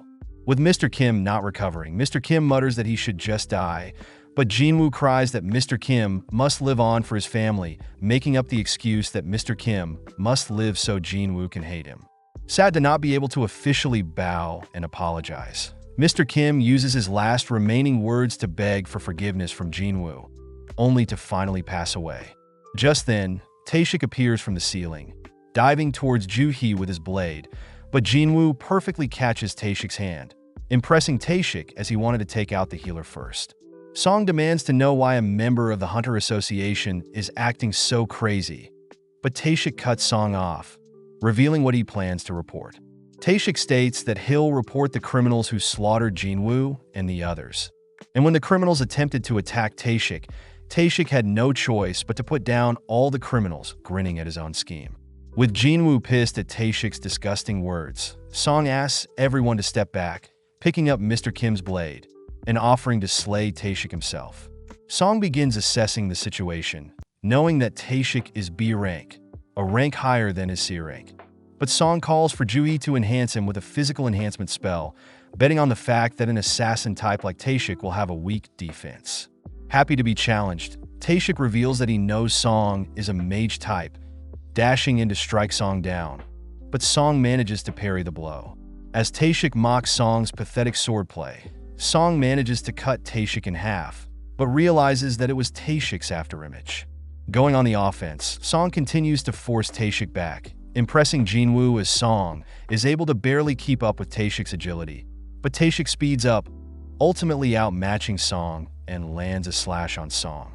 As Jui steps up to heal Song's wounds, Taeshik takes the opportunity to cut Jui down, but Song catches up, forcing Taeshik to focus on him.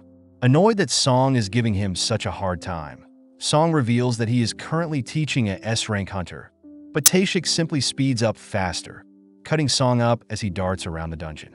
With Jui no longer able to cast any spells, Taeshik slowly approaches the wounded Song, opting to end their duel, but suddenly Song reveals a powerful fire spell, encasing Taeshik in fire. Sadly, Taeshik managed to barely escape, commending Song's sly tactics. As Taeshik begins to bring his blade down on Song once and for all, Jinwoo suddenly intervenes, forcing Taeshik to leap back, demanding to know how Jinwoo appeared in front of him. Jinwoo reiterates that he is an E-rank hunter, but Taeshik knows that Jinwoo is way too fast to be an E-rank hunter, wondering if Jinwoo is an assassin type 2. Taeshik deduces that Jinwoo must be hiding his powers, remembering Jinwoo as that boy that survived the double dungeon, deducing that Jinwoo has in fact double awakened. As Taeshik gets serious, Jinwoo demands to know Taeshik's true motives, prompting Taeshik to reveal that he was hired to slay the criminals that hurt an innocent civilian. Jinwoo ignores Taeshik's lies, demanding to know why Taeshik tortured Kong and Mr. Kim, asking Taeshik to reveal his true motive. As Taeshik puts on a disturbing grin, it's revealed that Taeshik had purposely joined the Hunters Association as he loved killing people over magical beasts. As Taeshik leaps forward, he begins clashing blades with Jinwoo, vanishing as Jinwoo cuts his afterimage. With both Jinwoo and Taeshik speeding up, Song is shocked to see Jinwoo's immense speed, but Jinwoo and Taeshik note how they are both similar in strength and speed. Taeshik states that his battle experience will ultimately allow him to win against Jinwoo, kicking some dust into Jinwoo's face, only to swiftly cut Jinwoo up. Seeing Taeshik so gleeful, Jinwoo notices that a system terminal has appeared, having sent someone with bloodlust nearby, and has assigned Jinwoo to slay them. Now with no other option, Jinwoo begins to relax, hopping from side to side, which weirds Taeshik out, but suddenly Jinwoo dashes in close, landing a slash on Taeshik, which applies poison. As Jinwoo continues to barrage Taeshik with strikes, Taeshik praises Jinwoo's movements, suddenly disappearing as he reveals his stealth skill, able to hide his body, sound, and scent from the enemy, a rare skill even among assassins. Taeshik mentions that no one has lived after seeing his stealth skill, able to land a strike on Jinwoo's leg, bringing Jinwoo to his knees. When Jui cries Jinwoo's name, Taeshik orders Juhi to be quiet, but seeing Taeshik bully Juhi, Jinwoo makes use of a full recovery, standing back up. Shocked to see Jinwoo use a healing spell, Taeshik senses a potent aura from him, which Jinwoo utters that he shouldn't waste his anger and scum like Taeshik. Seeing Jinwoo's cold glare, Taeshik deduces that Jinwoo has also taken another human life, declaring that great power is a curse in itself. As Taeshik disappears, he dashes to cut down Jinwoo, but Jinwoo nonchalantly blocks all of Taeshik's strikes, able to sense incoming attacks based on Taeshik's killing intent. As a final trump card, Jinwoo activates his murderous intent, finally able to pin down Taeshik's location, only to drive his dagger into Taeshik's body. As Taeshik lays on the dungeon floor defeated, he congratulates the monster that Jinwoo is, asking who Jinwoo truly is. Jinwoo reveals that he doesn't know, but as the bleed effects of Jinwoo's dagger start tearing away at Taeshik's body, Taeshik grins, spotting Jinwoo's shadow blend in with the infinite void of the dungeon's darkness. Having won the duel, Jinwoo is awarded skill points and a rune stone for the stealth skill, but Jinwoo can only think about how much of himself he's losing the stronger he gets. With Juhi and Song thanking Jinwoo, Jinwoo asks the two to leave the dungeon, personally heading to defeat the dungeon boss. Cutting to Jinchul, we see him arrive on the scene, thinking about how he knew Taeshik was suspicious, but wonders who could have killed him. Upon seeing the survivors, Jinchul is shocked to see Jinwoo, amazed that he looks like a different person. Getting straight to the point, Jinchul demands to know who killed Taeshik. But before Jinwoo can reveal it was him, Song speaks up announcing that he along with Jui defeated Taeshik, which Jinchul finds suspicious, but asks Song and everyone to report what happened. Seeing Jinchul now, Jinwoo realizes that Jinchul has an immense aura, being an A-rank hunter, but thanks Song for covering up his power. With the man that hired Taeshik arrested, we cut to Jinwoo and Jui finishing up their reports, only for Juhee to show Jinwoo the essence stone he gave to her in the double dungeon. A couple of minutes earlier, Jui had confessed that she knows she is surprised by Jinwoo's change, admitting that she herself should be taking on A-rank, B-rank, and C-rank dungeons. Jui does mention that she was able to meet Jinwoo through taking on weaker dungeons, handing Jinwoo back the essence stone he gave her. Juhee reveals that she intends to finally retire, shocking Jinwoo, but Jinwoo knows it's what's best for her, accepting the stone and promising to visit her in her hometown. Flashing back, Jinchul is seen speaking to Jinwoo, warning him that Dongseok's younger brother, Hwang Dong-soo, is an S-rank hunter. Jinchul reveals that S-rank hunters have the ability to transcend the law, meaning Jinchul recommends Jinwoo flee the country. But as Jinwoo grips the essence stone, he reasons that he must get stronger quicker in order to fight his battles. The next day, Jinwoo is brought to his first dungeon raid by Jinho, but Jinwoo is weirded out by the other hunters Jinho had gathered. Jinho states that the remaining party members are actually hunters, but they are unable to fight due to certain injuries and addictions. But Jinho reiterates that they should be fine to certify their group for a raid. Looking around, Jinwoo spots a little girl, surprised that someone so young is a hunter, but the girl speaks up, telling Jinwoo not to be rude. Snapping back, Jinwoo deduces that the girl is still in high school and an E-rank, but changing topics, tells everyone that Jinho and himself will be taking on the dungeon alone. Before Jinho and Jinwoo enter the dungeon, Jinho reminds everyone that they will get paid $3 million for simply waiting outside for each raid. But if they tell anyone about the details of these raids, they will be penalized by 10 times the amount. Off to the side, Jinwoo inspects the stealth runestone he got from slaying Taeshik, crushing it, only to be amazed to have obtained the stealth skill. Looking around, Jinwoo notices Jinho all suited up again, but this time with a set of armor that will boost all of Jinho's stats. But as Jinho begins bragging about how rare the armor is, Jinwoo nonchalantly pushes Jinho over with a single finger. Realizing that he'll be a burden to Jinwoo, Jinho takes off everything but his helmet, both heading into the dungeon, all whilst the other party members begin worrying whether they'll make it out alive, scolding them for underestimating the dungeon. At the same time, we cut to Jino at school, sad to see that her best friend Songi is skipping school again, who is revealed to be the young girl in Jinwoo's party. With only several minutes passing, Jinwoo's party members notice Jinho jogging out the gate, believing that Jinho and Jinwoo fled, but soon realize that Jinwoo and Jinho were able to solo the dungeon, as the dungeon portal begins to close behind Jinwoo. With Songi and the others shocked, Jinho states that they have 2 other dungeons to raid today, asking everyone to begin heading to their next destination. In the next dungeon, we see Jinwoo draw the attention of all the goblins, waiting for Jinho to acquire as much essence stones as possible, only to dash towards the dungeon boss, instantly decapitating it. With several days passing, Jinwoo continues to grind various dungeons, racking up various levels, and even mastering his stealth skill, which Jinho never knew he had. Stopping for a breather, Jinwoo notes how easy it is to fight whilst invisible, but realizes his dash skill has leveled up. Sensing a beast approaching from behind, Jinwoo makes use of his new dagger-wielding skill and fatal strike skill, puncturing a hole in the beast.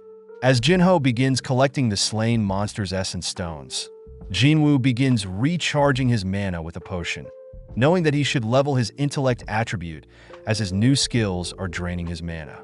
Jinwoo assesses his current power, placing himself between an A rank and B rank, still too weak to take on the Demon Castle. Out of nowhere, Jinwoo receives a notification from the system, notifying Jinwoo has reached the right level to take on the job change quest. Cutting elsewhere, we see a businessman, manager on, learn from another employee, Kitchell, that some strike team has paid $150 million to have the right to raid multiple C-rank dungeons.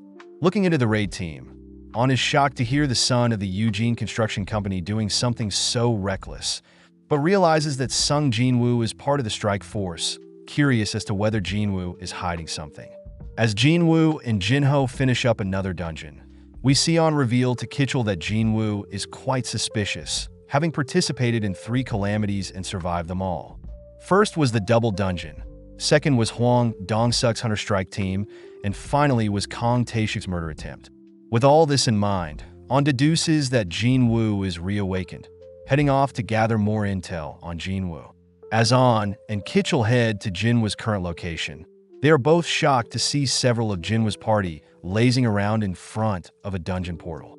Chatting with Songi, On deduces that Jinho and Jinwoo are taking on the dungeons alone, shocked that he may have discovered something very valuable, quickly leaving for now. As Jinho and Jinwoo appear from the portal, Jinwoo apologizes as he's busy tomorrow, asking Jinho if they can delay their upcoming dungeon raids by a day, but at the same time we see someone listening in on Jinwoo's conversation. Elsewhere, we see a massive distorted flame slowly transforming into a huge ant, all whilst a man stands before the ant. Out of nowhere, we see the man helplessly watch as a woman gets devoured, but we suddenly cut to Choi waking up from a nightmare. Having fallen asleep at his desk, Choi reaches for some top-secret documents, knowing that their raid to retake Jeju Island is near. That same night, we see Jinwoo parting ways with his party members, only to be stopped by On and Kitchell, introducing themselves as members of the White Tiger Guild. As On and Jinwoo sit down for a private chat, On gets straight to the point, offering Jinwoo a position in the White Tiger Guild, and states that he'll pay Jinwoo double of whatever Jinho is paying him. Believing that Jinwoo has no reason to turn down the offer, On is shocked upon hearing that Jinho is paying Jinwoo $30 billion, noting that the White Tiger Guild is valued at around $50 billion altogether. Jinwoo states that he has proof of such an offer from Jinho, but seeing On's flabbergasted face, Jinwoo takes his leave. Stopping for a second, Jinwoo wonders how On figured out who Jinwoo is, instantly disappearing as Jinwoo activates his stealth skill. Slicing On's face, Jinwoo gets On to apologize for snooping around Jinwoo's past, having been searching for rookie hunters to add to their guild, and stumbled upon Jinho and Jinwoo through their recent absurd dungeon raids. With Jinwoo ordering On to not turn around, On adds that only he and Kitchell know about Jinwoo's secret, promising to keep Jinwoo's secret for now. Satisfied, Jinwoo disables his stealth skill, apologizing for taking on the C-rank dungeons, but offers to sell On 3 dungeons for 300 million apiece. On states that C-rank dungeons yield around only 200 million, which Jinwoo had been waiting for, agreeing to sell On the 3 dungeons for 200 million apiece. Having officialized their agreement with a handshake, Jinwoo feeds On a healing potion, heading off and reiterating that On is to not betray him. The next day, Jinho confirms that On did indeed transfer the 600 million, amazed that Jinwoo was able to sell the dungeons that were about to expire. As for On, we see him realize that Jinwoo had scammed him, as all of the C-rank dungeons are now selling from 70 million apiece, impressing On as Jinwoo outwitted him. Out of nowhere, Jinwoo texts On, stating that they are now even for On spying on Jinwoo, which On ultimately admits to, calling it a win now that he has Jinwoo's phone number. At the same time, Jinwoo is seen driving off into the mountains, seemingly focused on this job change quest. With Jinwoo heading into a random, isolated forest, Jinwoo pulls up the job-changing quest terminal, remembering that he's faced multiple types of dungeons before, but this job-changing quest has given him time to prepare. Knowing that the only way to get stronger is to take on all the quests granted by the system, Jinwoo accepts, prompting a massive purple portal to begin forming. Just then, Jinwoo realizes that he still needs to do his daily quest, or he'll get penalized, but he'll complete the daily quest when he gets back, heading into the portal. At the same time, we see Jinho sitting at dinner with his father, only for Jinho's older brother, Jin-sung, to arrive.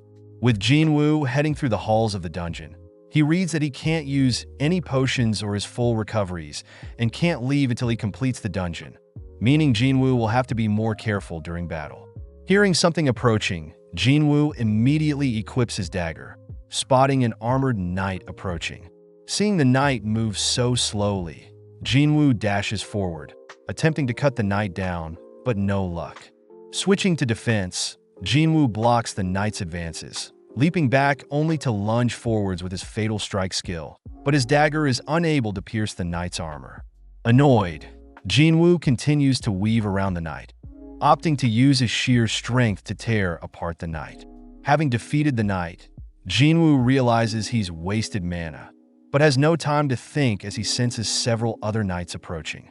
Back with Jinho, we see him ashamed to look at his father, prompting his father to ask Jinsung what starting his guild is like. Smirking, Jinsung reveals that although he's failed to recruit hunters in their country, Jinsung states that he has begun negotiations with hunters from Europe and the Middle East.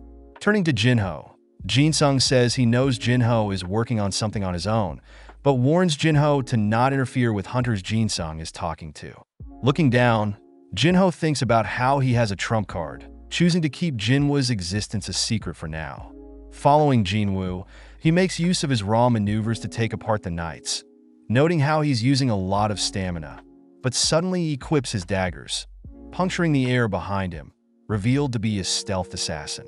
On top of that, Jinwoo dodges an incoming spell, spotting a mage from afar, wondering why the armor from these monsters seemed familiar to Kasakasa's. Seeing a variation of monster attack, Jinwoo begins assessing the situation, noting that knights need to be defeated with strength, assassins need to be detected, and the long-ranged attackers need to be avoided with agility. Seeing as he doesn't have long-ranged attacks of his own, Jinwoo wonders how he'll defeat the mages and archers. Spotting his fatigue hits 65 already, but at the same time we see Choi and his guild head out to somewhere. With Jinwoo able to overcome this wave of knights, Jinwoo slurps down water, checking out the item drops from the knights, simultaneously equipping different pieces of items. Jinwoo is amazed that the armor can become invisible whilst also not restricting any of his movements. Checking his stats and the loot he gathered, Jinwoo knows that he's getting stronger, choosing to wait and recover from his fatigue, only to head deeper into the dungeon. In front of a large set of doors, Jinwoo pries the doors open, feeling a chilling breeze brush down his spine. Continuing into the next room, Jinwoo stands before a throne room, taking a battle stance as he spots a red knight appear, reminding him of what fear felt like. Seeing the knight commander, Igris the Bloodred's title is red, Jinwoo knows he'll have a rough time. Shocked to see Igris appear right in front of him. Barely able to block Igris's blade, Jinwoo is sent flying across the room, all whilst Igris continues to pursue Jinwoo, dicing everything in its way.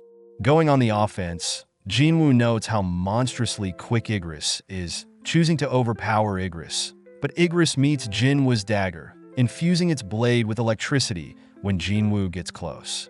Deducing that Igris is as quick as himself, Jinwoo knows that Igris is far more stronger and durable than himself, choosing to unequip his daggers and use his bare fist to break through. Surprisingly, Igris tosses his weapons aside, choosing to fight chivalrously. Elsewhere, we see Jinchul greeting Go Gunhee, both remarking that a big event is finally starting. At that moment, Gunhee receives a call from Choi, who thanks Gunhee for approving their raid of Jeju Island, stating that they will now begin scouting the island before they raid it. Back with Jinwoo, Jinwoo is even more surprised to see Igris' speed increase, forced against a wall as Igris pummels Jinwoo with punches. Having escaped, Jinwoo notes how he's still damaged, even though he blocked all of Igris' attacks. Knowing that he needs to speed up, Jinwoo activates his dash, dancing around Igris, only to begin attacking Igris. As the battle draws on, Jinwoo notices Igris matching and surpassing his speed, grabbing a hold of Jinwoo only to toss him into the air. Following up, Igris tosses some rubble at Jinwoo, following up by kicking Jinwoo into a nearby pillar.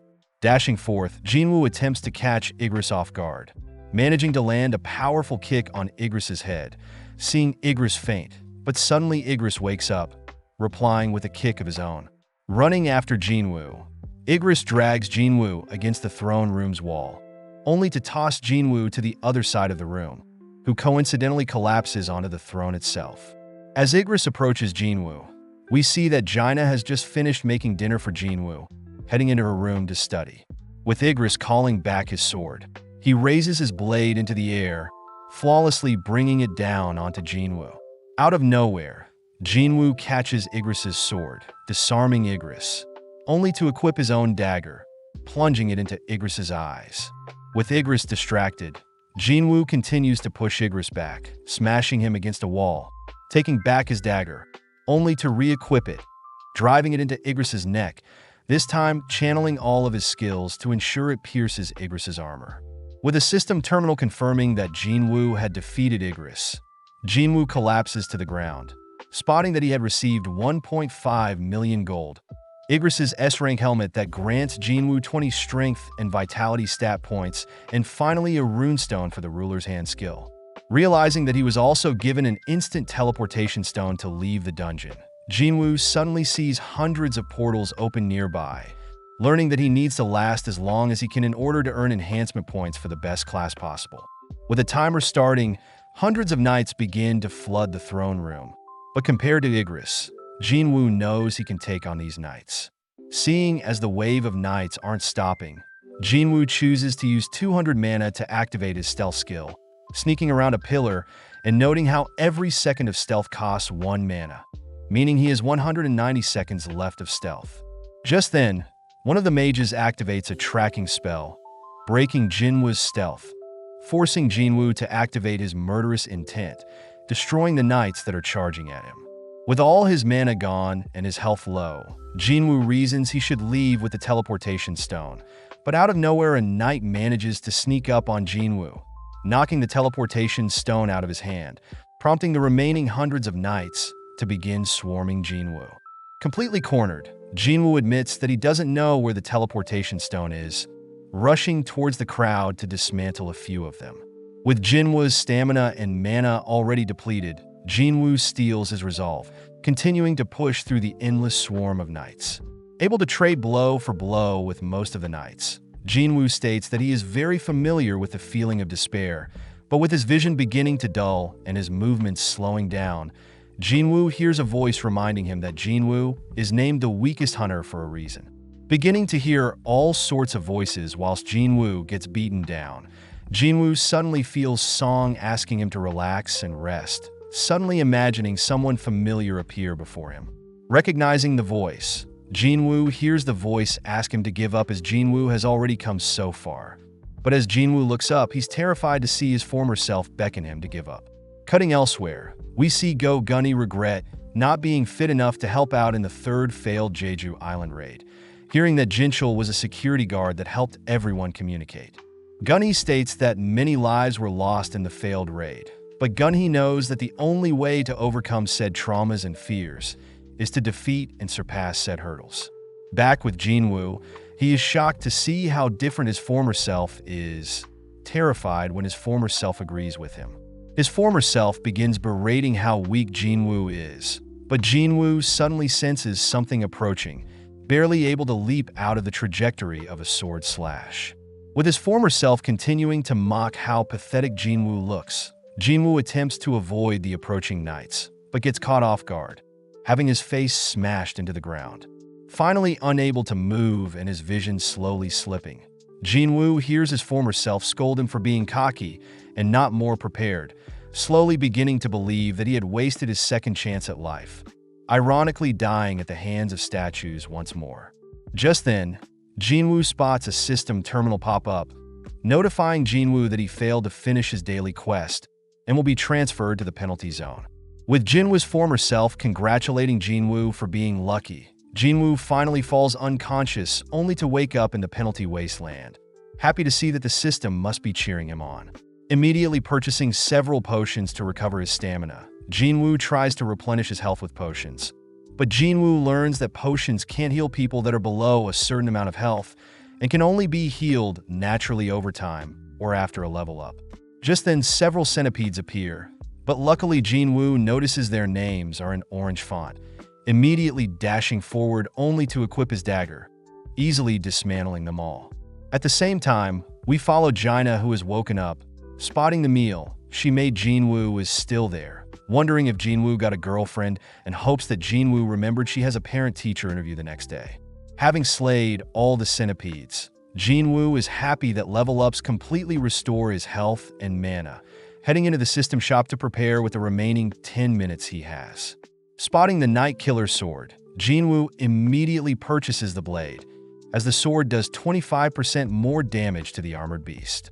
Next, Jinwoo crushes the rune stone that Igris dropped, obtaining the skill Ruler's Hand, a skill that doesn't require mana, and is the skill Igris used to retrieve his sword without needing to touch it.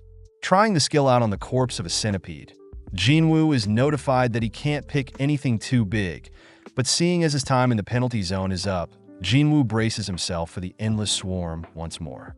As Jinwoo is transported back to the throne room, we cut to Choi chatting with Cha, apologizing for putting Cha through something so painful, but Cha reassures Choi that this is nothing compared to what the fallen hunters had to go through. As Choi is notified of approaching enemies, we cut back to Jinwoo, able to now easily destroy the knights surrounding him. But Jinwoo notes how strange it is that the swarm is endless and he isn't leveling up. Upon spotting a mage in the crowd, Jinwoo wonders why he hasn't been hit by any of the mage's spells yet, but suddenly realizes that mage is using summoning magic and creating these endless knights. Leaping into the air, Jinwoo tosses his dagger at the mage, instantly killing the mage along with all of the mage's summons. With the system finally notifying Jinwoo of a monster slain, Jinwoo activates his stealth, luring all the remaining mages to track Jinwoo down, and in exchange Jinwoo spots 5 mages tracking his location. Retrieving his dagger with his ruler's hand, Jinwoo immediately slays another mage, bringing the total to 4. Making use of his ruler's hand, Jinwoo crushes the armor of a knight from afar, only to follow up by dragging another mage towards him, bringing the total down to 3. Sensing the 3 mages nearby, Jinwoo watches as the 3 mages combine their magic to summon a golem from the armor of the fallen, prompting Jinwoo to position himself above the golem. Able to run past the golem, Jinwoo begins making his way towards the remaining mages, able to evade the golem's punch, only to dash forth and slay the remaining 3 mages. Sensing the golem is still active, Jinwoo is forced to block the golem's attack with his dagger, ultimately punching a hole in the golem, finally ending the job change quest. Excited to see what types of job titles he will get to pick from, Jinwoo gets weirded out when the system terminal begins uttering cryptic lines, spotting the word Shadow Army highlighted. Out of nowhere, Jinwoo sees that he has acquired the Necromancy class, annoyed as necromancers are magic types who rely on their undead summons, whereas Jinwoo has been focusing on an assassin-type build. Fearing that he'll have to switch to a more passive role, Jinwoo chooses to deny the Necromancer role, but the system terminal reveals that the Necromancer role is a hidden class, giving Jinwoo another chance to reconsider. As Jinwoo walks around weighing the pros and cons, Jinwoo uses the mages that summon the knights as reference for the potential of the Necromancer class, coupled with the fact that the dungeons seem to be testing him, ultimately convincing Jinwoo. On top of that, Jinwoo can still be on the front line, and will have an army to fight alongside him, prompting Jinwoo to accept the Necromancer class. Upon accepting the quest, a dark smog begins wrapping around Jinwoo, all whilst the terminal rewards Jinwoo bonus points for exceeding the expected time, not using the teleportation stone, having more than 50% health remaining, and having defeated all the enemies. The system terminal notifies Jinwoo that he is able to upgrade his current class, completely consuming Jinwoo with darkness only for the darkness to swell into a ball, only to erupt. Jinwoo sees that his Necromancer class has been upgraded to Shadow Monarch, along with several other unique skills and 10 ability points. Shocked that everything happened so fast, suddenly seeing a dark shadow appear around the corpses of the defeated knights, spotting the word Shadow Extraction near the knights' bodies. The system terminal suddenly asks Jinwoo for a keyword to activate Shadow Extraction, but after a few seconds of thinking, Jinwoo chooses the words Arise. Out of nowhere, hundreds of Shadow Knights begin forming from the corpses of the defeated knights, shocking Jinwoo as he also sees that the skills Shadow Extraction and Shadow Storage allows him to use up mana to summon Shadow Soldiers along with storing and summoning whenever he likes. Knowing that the chances of shadow extraction change depending on strength of target along with time of death, spotting his Shadow Knight and mages are regular rank and level 1. Just then, Jinwoo wonders if he can extract S rank and A rank targets, heading over to Igris. Seeing as there is a limit to how many shadow soldiers Jinwoo can keep, Jinwoo releases 11 existing soldiers, getting serious as Jinwoo cries for Igris to arise. With a powerful gust of wind bursting from Igris's corpse, Jinwoo unfortunately sees that his shadow extraction has failed, spotting that he has 2 more tries. Taking a deep breath, Jinwoo is pissed that Igris is not becoming one of his shadow soldiers, meaning Jinwoo only has 1 try left. Crying that the former King Igris is clinging to is no longer with him, Jinwoo states that Igris's abilities shouldn't be wasted, as Jinwoo offers Igris to serve him. With the final chant of Arise, Jinwoo smirks, sensing a powerful aura beginning to form, ultimately birthing the new shadow soldier Igris. With the system terminal notifying Jinwoo of his successful shadow extraction, it asks what Jinwoo will name his new level 7 Knight rank shadow soldier, but without a moment of hesitation, Jinwoo chooses to stick with the name Igris. As Igris and Jinwoo's shadow army kneel before Jinwoo, we cut to Choi and his guild, all completely shocked as they realize the ants they once knew are evolving, having sprouted wings. Returning home, Jinwoo catches up on some well-earned rest, waking up to Jaina calling him to remind him of her parent-teacher interviews. Dressing up, Jinwoo shocks Jaina, wondering if the man before her is truly her brother. As the duo walk through the halls, Jinwoo captivates the other students, but when Jaina offers to set Jinwoo up, Jinwoo pinches Jaina for teasing him. Sitting down with Jaina's teacher, Jinwoo is happy to hear Jaina is doing well in school, being kind and a role model for others, along with performing well on her mock exam, having potential to get into medical school. Before Jinwoo leaves, the teacher asks if Jinwoo would allow Jaina to become a hunter if she were to awaken, but without a second thought, Jinwoo says he wants to keep Jaina as far away from being a hunter as possible. As the teacher asks for Jinwoo's help, we cut to later that evening where Seongi is passing by. Spotting Jinwoo is waiting for her, showing Seongi a picture of himself and Jaina. Jinwoo confirms Seongi is friends with his sister, stating that as an E-rank hunter, Seongi won't last long as a hunter. Not wanting to stop being a hunter, Seongi demands that Jinwoo leave her alone, but having expected such a reaction, Jinwoo asks that Seongi follow him. At the same time, we see Jinchul awaiting someone's arrival, formally greeting the S-rank hunter Hwang Dong-soo. Jinchul points out it's rare for Dong-soo to be visiting the country he betrayed, knowing Dong-soo is trying to search for Jinwoo and Jinho. Annoyed, Dong-soo asks that Jinchul and his surveillance team turn a blind eye to what he is about to do, challenging them to stop him if they dare. Following Choi, he reports the evolution of the ants to Gunhee, stating that the ant they found had passed away, failing to fly over the ocean. But one day the ants will succeed. That night, Jinwoo greets An and Hyun, apologizing for the sudden call, but An is just grateful Jinwoo reached out to them. As An hears Seongi will be joining Jinwoo, An reminds Jinwoo that Jinwoo will be participating in their guild's training in a C-rank gate. Just then, a man calls out to An, asking him to speed things up. Introduced as Kim Chul, an A-rank hunter and the tanker leader of the assault team. An apologizes since Chul is quite annoyed having to take care of 2 newbies, but reassures Jinwoo that the assault team is also comprised of 1 A-rank hunter, 5 B-rank hunters, and 2 C-ranks. Adding Jinwoo and Seongi makes a 10-member squad. Jinwoo is disappointed seeing Seongi excited, alluding to a special quest he needs to take care of in this upcoming raid, but just like that the squad prepare to head into the gate. As Jinwoo follows after the leader, Jinwoo suddenly detects a strange aura from the gate, all turning to see the blue gate has transformed into a red one. Attempting to rush out, Jinwoo only manages to cry for An and Hyun to contact their guilds for help, alerting Baek that a red gate has appeared. Back with Jinwoo, he's horrified to see they've been placed in a snowy biome, a phenomenon caused by a red gate. Seongi asks Jinwoo what a red gate is, learning that a red gate is quite rare, replacing normal gates, and can only be conquered when the dungeon boss is defeated or the dungeon collapses, restricting any help from the outside world. At that exact moment, Two icicles are shot at the squad, one striking a C-rank hunter, but Jinwoo protects Songi from the other, drawing the attention of B-rank hunter Park Heejin.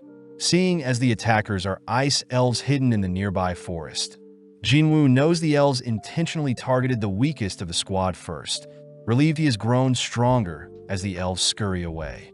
Seeing Songi horrified, Jinwoo states the ice elves are known as ice slayers, but just then Chul takes charge, stating their C-rank raid has become a B-rank quest. Chul promises to protect everyone, suggesting that they now split into two teams, stating those who follow him will survive, whereas the others who remain in their place will perish. Before a C-rank hunter can join Chul's team, Chul pushes them back, stating that he'll only take B-rank or higher hunters, stating that 1 day in the gate is equivalent to 1 hour outside, so dead weight is not needed in his party. Before Chul can head off, Heejin offers to stay with Jinwoo, whispering that she is impressed Jinwoo noticed the ice arrow even before Chul did, believing Jinwoo to be at least A rank or greater. Chul states he'll take the main road into the forest, leaving behind the 4 others, only to stumble onto something in the forest. Spotting bear markings, Chul declares Jinwoo and the others will perish, but wonders why he considered Jinwoo the leader in the group they left behind. Out of nowhere, Chul orders his men to take formation, watching as various bears appear from the forest, scaring Chul's men. As a bear swipes at Chul, he raises his shield, shattering the bear's claws only to slice the bear into 2. At the same time, Jinwoo and the others head through the forest as well, told by Heejin that they're in ice bear territory and that they should leave as soon as possible. Jinwoo corrects Heejin, stating that as long as the weak ice bears are around, the smart elves won't appear, meaning it'll be safer in the forest. Seeing as it's quite cold, Jinwoo opens his inventory, retrieving several fur coats, catching the attention of others who know only high-ranked hunters can use subspace magic. With everyone warm and cozy, Songi asks who Jinwoo is, prompting Jinwoo to offer to help everyone, but in return they're not allowed to ask questions or boss him around. Appearing from the forest, a massive bear comes rushing at the gang, but Jinwoo asks everyone to stand back as he prepares to fight. Outside the gate, Baek fails to enter the red gate, hoping that Chul and some other hunters deal with the dungeon boss. On apologizes as he reveals that Jinwoo is also inside the gate, uttering that although Jinwoo is E-rank on believes him to be reawakened. At that moment, a car pulls up, outstepping Dong-soo. Baek demands to know why Dong-soo is here of all places, taunted by Dong-soo for allowing E-ranks into his gate. Annoyed, Jinwoo will pass before he can get to him. Back with Jinwoo, we see him annihilate the bears attacking him, impressed he had managed to level up. At night, the others are amazed Jinwoo single-handedly took out the bears, suspecting they must be close to the bear's lair, but they all wonder what Jinwoo is doing now.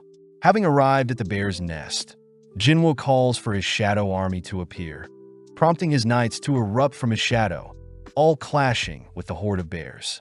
Although the bears are able to tear through Jinwoo's shadow army, they simply revive in exchange for Jinwoo's MP. As the final boss bear shows its face, it eradicates all of Jinwoo's army with a roar, draining Jinwoo's MP completely. With no other choice, Jinwoo sends an Igris who coldly marches towards the bear. In an instant, Igris slashes at the bear's arm, blinking away as to evade the bear's attacks.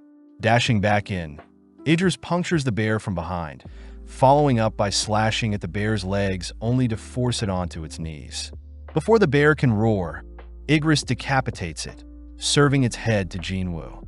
Jinwoo admits that he would have lost if Igris used his sword when they fought, and even now Igris may be stronger than Jinwoo himself. As Jinwoo wraps up the battle, we cut to Chul and his men, all being picked off one by the devious ice elves.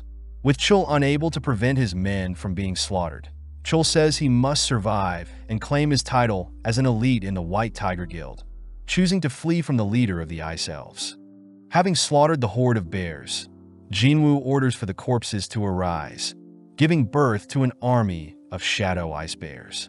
Back outside the gate, Baek feels terrible hearing on report the raid team has been inside the red gate for 3 days, the equivalent of 3 hours outside. Annoyed that his F-rank target will be dead, Dong-soo begins to leave, but suddenly stops to ask why a F rank like Jinwoo would be part of the White Tiger's strike team. Terrified, On admits that he is acquainted with Jinwoo and had offered Jinwoo to train with the strike team.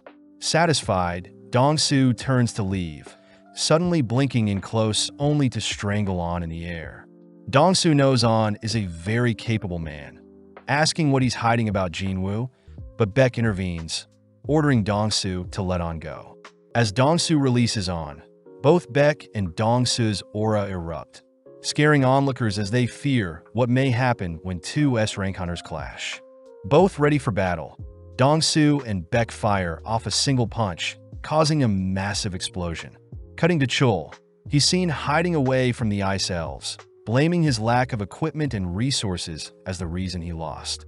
Stumbling onto the corpses of the Ice Bears, Chul refuses to believe Jinwoo's party of E-ranks massacred the bears, believing the Ice Elves had killed off the bears and is chasing him down. As Chul frantically rushes back through the forest, we cut back outside where Dong-soo praises Jinchul for intercepting both of their fists, having stepped in between, but Jinchul thanks the S-rank monsters for holding back so as to not kill him. Jinchul states that his surveillance team had confirmed Jinwoo is still at F-rank 2 months ago, and as for Dong-soo's brother, the surveillance team had also confirmed Hwang Dong-suk was slayed by magical beasts. Not buying any of it, Dong-soo still blames Jinho, confusing Jinchul as to why Jinwoo is involved, but Dong-soo admits he simply wants an excuse to kill them both. Suddenly receiving a message, Dong-soo praises Jinwoo for being lucky, forced to leave the scene as Jinchul helps escort Dong-soo elsewhere. With On keeping Jinwoo's powers a secret, we cut back to Jinwoo's party, all enjoying their time by a warm fire telling stories, all whilst Chul glares at them, demanding to know how such weaklings are still alive. Seeing the weaklings so cozy, Chul calls out to them, storming towards them as he reveals his entire team had been wiped out. Having lost his mind, Chul believes the weaklings had intentionally hid all the supplies from them, blaming them for his own shortcomings, only to declare Hee-jin as the culprit. Having declared everyone as guilty, Chul raises his blade, ordering everyone to confess. But as they all helplessly watch Chul rush them, Jinwoo arrives, smashing Chul's head into the snow, knocking him out. Annoyed at Chul's pathetic attitude, Jinwoo calls for the monsters nearby to reveal themselves, watching as the Ice Elves uncloak themselves. Sensing a powerful aura, Jinwoo easily identifies the leader of the Ice Elves, pissed hearing the leader praise the humans for surviving so long. The leader is amazed Jinwoo can understand and speak their language, confusing Jinwoo and his party as well, but more importantly, the leader of the elves state that one of his men wants to personally challenge Jinwoo. Recognizing the volunteer as the Ice Elf from earlier, Jinwoo instantly decapitates the challenger, asking what the leader will do now. Dashing in close, the leader easily parries Jinwoo's blade, forcing Jinwoo back. Having managed to cut down the leader's ride, the leader demands to know why Jinwoo is pretending to be human. The leader reveals that a voice in his head orders them to slay all humans. But when facing Jinwoo, the leader can't hear the voice, something Jinwoo believes must be similar to the system notifications, believing it to be because of his title as a player. The leader says they can resolve things easier if Jinwoo handed over the humans, and in exchange Jinwoo will be left alone. But Jinwoo is more curious as to who the elves are. Before the leader can give a reply, a strange glitch occurs, overriding what the leader was about to say, and instead forces the leader to repeat his offer to Jinwoo. Confused at first, Jinwoo states that he won't be handing over his friends, but the leader reminds Jinwoo he is outnumbered. Smirking, Jinwoo orders his shadow army to appear, swarming the battlefield as Hee-jin realizes that Jinwoo has so many summons. With the leader of the Ice Elves ordering his men to rush Jinwoo's shadow army, the Ice Elves begin to be overrun by Jinwoo's immortal army. Following Hee-jin and the others, we see them running for cover, forcing Jinwoo to slay several archers who have their bows drawn ready to shoot down the trio. Jinwoo notes how the leader is confident since his army of elves are very strong, easily fighting back and draining Jinwoo's mana. But to make things worse, the leader is someone Jinwoo knows is stronger than him. As the leader makes his way towards Jinwoo, Jinwoo fears it'll be a difficult fight, even with Igris by his side. racking his brain to obtain stronger soldiers to help him win. With the leader of the Ice Elves revealing his name to be Barca, both Barca and Jinwoo start their duel, forcing Jinwoo to attack from above, but Barca manages to pin Jinwoo's blade down. Luckily, Jinwoo sends his blade back into his inventory, catching Barca off guard when he retrieves his blade and slashes at Barca. Barely able to defend, Barca matches Jinwoo's speed, kicking him away, only to declare that Jinwoo is the strongest opponent he's had in a while. Out of nowhere, Barca is suddenly hit by a massive fireball, revealed to be the work of the mages in Jinwoo's army. But at the same time, we see Chul has awoken. Barely remembering Jinwoo as the one who knocked him out, Chul spots Jinwoo off in the distance, rushing Jinwoo from behind all whilst Barca attacks from the front. Having anticipated Chul waking up, Jinwoo smashes the ground to create a smoke screen, only to call for Igris to take Chul's life. As Chul takes his last few breaths cursing at Jinwoo, Jinwoo shows no remorse, ordering Chul to arise.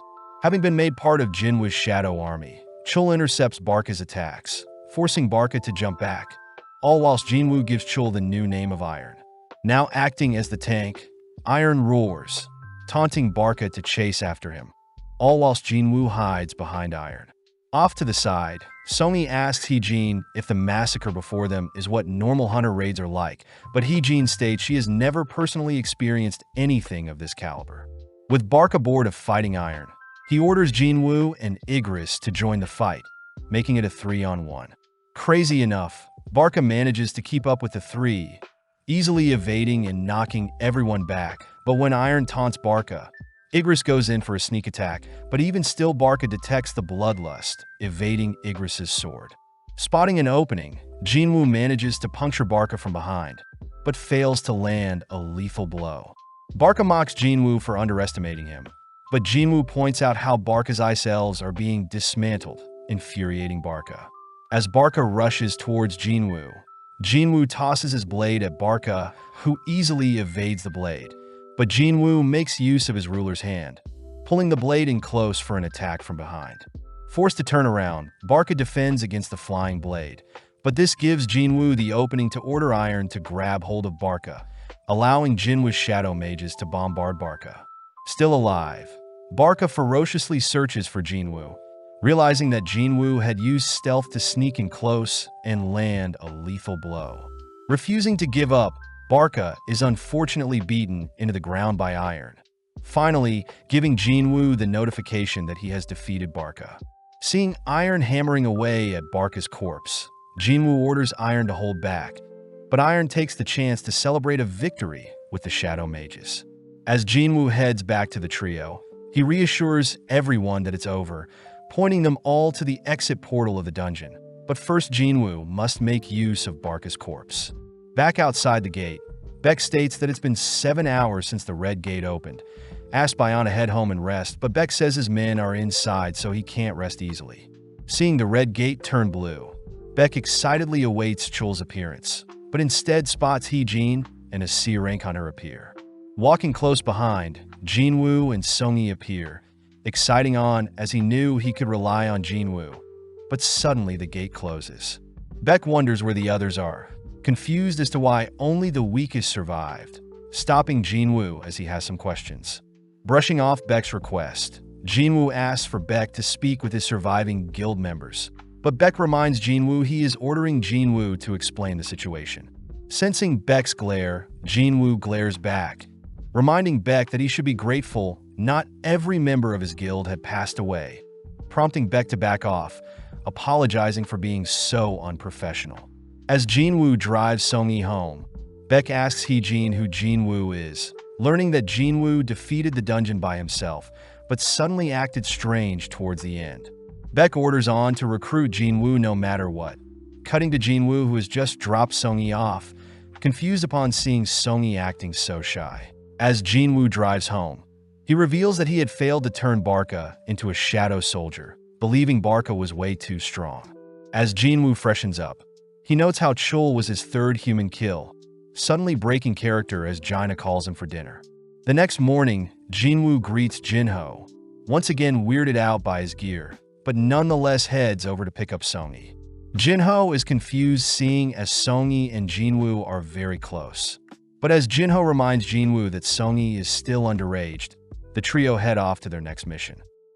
Within their next dungeon, Jinho is mesmerized by learning of Jinwoo's new shadow army, watching as they dispatch the dungeon monsters only to begin extracting the essence stones from said dungeon. With Jinho feeling useless, he's given some essence stones to cheer him up, but elsewhere we see several hunters quivering at the sight of a monster. As the hunters beg for their lives, the monster reveals itself to be human, asking how they can head home. Cutting to Jinwoo and Jinho, they celebrate the completion of their 19 dungeon raids as agreed upon. But Jinho mentions he still needs to pass a written exam to be considered an official guild master. Jinho wonders what Jinwoo will do next, hearing that Jinwoo will disappear for a while, but Jinho accuses Jinwoo of thinking he is weak. Seeing Jinho drunk, Jinwoo listens to Jinho reveal his rocky relationship with his older brother 10 years wiser than him, wishing that Jinwoo was his older brother instead. Seeing Jinho spill his heart out, Jinwoo says he'll treat Jinho like a little brother moving forward, continuing to shower Jinwoo with compliments. Elsewhere, the mysterious monster had revealed he was a hunter trapped in a dungeon for 10 years, and had managed to escape, resulting in him appearing in America. The men guarding him mention how the hunter only speaks Japanese, having asked SSS-RANK Dongsu to help with interrogations. But the guards do mention the monster's name to be Il-hwan Sung. Back with Jinwoo, he reassures Jaina that he'll be back in a week, piquing Jaina's interest as she accuses Jinwoo of running off with a lady friend. Having instead re-entered the S-Rank Demon Castle dungeon, Jinwoo thinks about how he was level 20 last time he entered, but now he's level 60, choosing to proceed deeper into the dungeon. Upon entering a hallway, Jinwoo is asked to gather 10,000 demon souls, declaring he'll decimate anything that prevents him from reaching his goal. Cutting to Jinho, he unveils his portfolio of dungeon raids, asking to personally take over his father's guild instead of his older brother, believing that Jinsung's methods of recruiting foreigners are too risky for their company. Jinho's father, Myung-han, locks on to Jinwoo, noting how Jinwoo had been present in news-heavy incidents along with being the leader of Jinho's recent dungeon raids. Myung-han questions if Jinho knows what he's doing, but Jinho reiterates he will be better suited to run their guild, prompting Myung-han to ask that Jinho secure Jinwoo as a member of their own guild before the White Tigers do. Following Jinwoo, he completes his quest, sad to see that he can't extract the souls of the slain demons due to their mana being contaminated. Upon receiving an entry permit to the next floor of the dungeon, Jinwoo begins making his way through the vast dungeon city towards the floor door, but gets tired calling for the leader of the Ice Bears to give him a ride. Seeing several monsters in his path, Jinwoo has his ride run them over, choosing to officially give the Ice Bear leader the new name of Tank. Following Cha, we see her flawlessly swimming to cool off, attracting the attention of other athletes, but Cha is more concerned about her recent chat with Choi. Cha had wondered why they kept their discovery of the flying ants a secret from the public, but Choi states the guild had ordered them to keep quiet, fearing mass panic would spread. With Jinwoo continuing to collect souls, he determines his current dungeon enemies to be around B rank. By using his ruler's hand to slay the intended targets, Jinwoo manages to proceed without issue, even leveling up his ruler's hand skill. As Jinwoo continues through the floors, he works through his resources, deducing that floor 100 will be his end goal, choosing to commit until his supplies run out, ultimately hitting his 10,000 soul target. Having made it to floor 50, Jinwoo runs into a demon boss, Avaricious Vulcan, lord of the lower floors. Seeing Vulcan's red title, Jinwoo calls his army to face off against Vulcan's minions. But first we cut to An and Heejin, who are disappointed to see Jinwoo is not home. An points out how suspicious it is for Jinwoo to suddenly disappear without any records of leaving the city. But at the same time, Jinwoo calls for his army to eradicate the enemy minions whilst he personally deals with Vulcan. With Igris taking charge, Jinwoo is glad he has more magical power to keep his shadow army alive, but gets annoyed seeing Vulcan not move an inch. Before Jinwoo can make the first move, Vulcan blinks before Jinwoo, choosing to swing his club towards Jinwoo, but luckily Jinwoo manages to evade. Retaliating with a punch of his own, Jinwoo sends Vulcan flying, but Vulcan suddenly roars, exuding the same skill as Cerberus. Seeing Vulcan increase his speed, Jinwoo cries for Iron to lend him his shield, choosing to stay on the defense as Vulcan unleashes a barrage of smashes. Freaked out by how such a large monster can be so quick, Jinwoo spots an opening, choosing to toss his shield as a distraction only to flank Vulcan from behind. Surprisingly, Vulcan reads Jinwoo's movements, intercepting Jinwoo with his club, but Jinwoo makes use of his ruler's hand to push himself away from the point of impact. Noting how Vulcan's eyes seem to be his only weak spot, Jinwoo chooses to flee all whilst racking his brain for a solution, only to spot something in the distance. Speeding towards his destination, Jinwoo runs up a building, luring Vulcan to smash into said building. Having obstructed his own vision, Vulcan leaves himself wide open for a lethal blow, allowing Jinwoo to finish the battle with a single slash. Being notified of Vulcan's defeat, Jinwoo receives the World Tree Fragment, making him a third of the way to his goal. Elsewhere, Dongsu begins interrogating Ilhwan, accusing him of being a beast. When Ilhwan offers to take a DNA test to prove he is a human, Dongsu changes topics, annoyed to hear Ilhwan ask about humanity's knowledge of dungeons and magical beasts. Ilhwan alludes to a powerful force that has recently awakened, a catastrophe that not even an army of hunters can take on. But Dongsu simply ignores Ilhwan's warning. Reading through Ilhwan's documents, Dongsu smirks, asking about Ilhwan's family. When Ilhwan mentions that his son is Sung Jinwoo, he demands to know why Dongsu is smirking, preparing to brawl as he hears Dongsu declare that Jinwoo is dead. Back with Jinwoo, his army marches towards an undead leader of the 75th floor, catching the boss off guard as Jinwoo sneaks up from behind and ends their battle. With Jinwoo notified of the Guide of Souls, Midas's death, we cut back to the aftermath of Dongsu and Ilhwan's battle. Agents on the scene know that S-Rank's fighting can change their surrounding landscape, but for this particular case, Dongsu had been massacred without him having any opening to retaliate. With Jinwoo realizing that he has finally run out of food, he states that he has 25 floors left to go, choosing to equip an earring he obtained on floor 50 and the necklace he got from floor 75. Seeing as his third slot is empty, Jinwoo wonders what floor 100 will give him. Taking out the sphere of avarice he acquired, Jinwoo says he personally can't use the sphere, but one of his shadow soldiers definitely can. Additionally, Jinwoo opens up a cursed loot box he received, surprised to receive another key, but all of its details are hidden from Jinwoo. Not too focused on this new key, Jinwoo states that he had acquired the World Tree Fragment on floor 50 and the Echo Forest Spring Water from floor 75, declaring that the next time he comes back he'll achieve his goal and ensure his mother wakes up. Leaving the dungeon for now, Jinwoo notes that he only needs the purified blood from the Demon Monarch. Happy he leveled up quite a bit as he ascended the floors, but Jinwoo knows publicly he is still an E rank. Seeing as he'll need to eventually tackle harder dungeons to level up, Jinwoo declares he'll reveal his true power and get his rank assessed. Cutting to the next day, where we follow Hyun. Having been assigned to look for new hunters they can recruit for the White Tiger Guild, Hyun suddenly phones Beck, uttering that Jinwoo has arrived at their facility to be evaluated. With Beck rushing over to meet them, we follow Jinwoo waiting to be assessed, overhearing some other hunters fearing they won't be a strong enough hunter to provide for their wife and child. The men also mention how a D rank or greater will get them scouted by most guilds, something Jinwoo smiles at, knowing he was one of the unlucky E ranks in the past. Finally called into the assessment room, Jinwoo is asked to place his hand on the machinery, confusing the examiner as she wonders why the machine is showing an error. When another examiner arrives to figure out the issue, they suddenly realize that Jinwoo can't be measured by normal machinery, deeming Jinwoo the 10th ever S rank in Korea. At the same time, Jinchul is seen updating Choi on their investigation into the winged ants, mentioning how results will take a little longer. Choi utters that he heard strange things have been happening recently, asking to know who the members who survived the Red Gate were, but Jinchul states he can't reveal such information. Hearing commotion nearby, Jinchul and Choi head towards the noise, cutting back to Jinwoo, who is told to come back in 3 days to receive a more proper examination. Off to the side, Hyun is amazed on was right about Jinwoo, all suddenly turning as Choi and Jinchul arrive.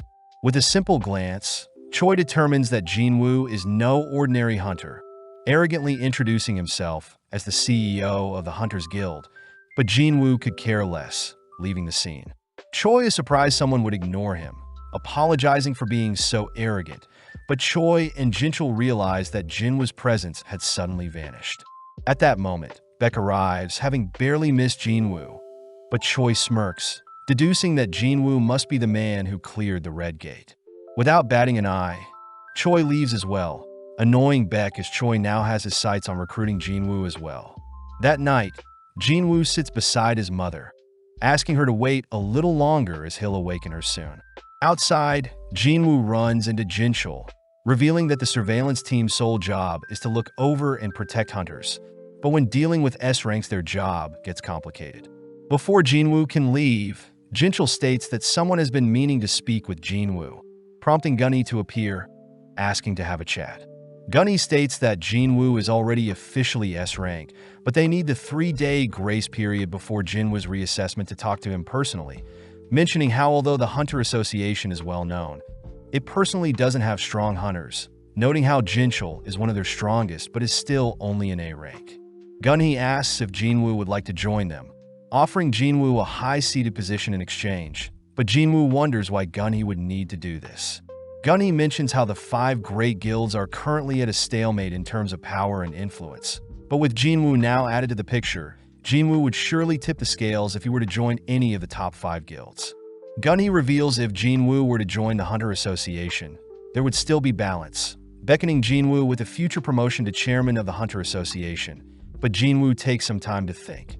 Jinwoo knows that the offer Gunny is giving him will set him up for life, amazed that Gunny himself is also a retired S-rank, but was the very first S-rank to awaken in their country, being over 80 years old, but still is on par with Jinwoo's current strength.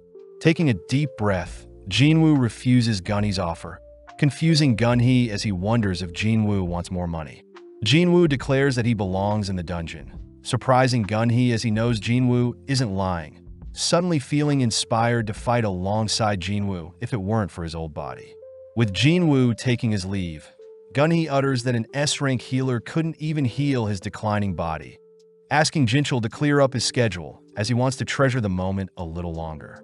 The next day, we follow Dong-soo, who has finally awoken, demanding to know why the deputy chief is here.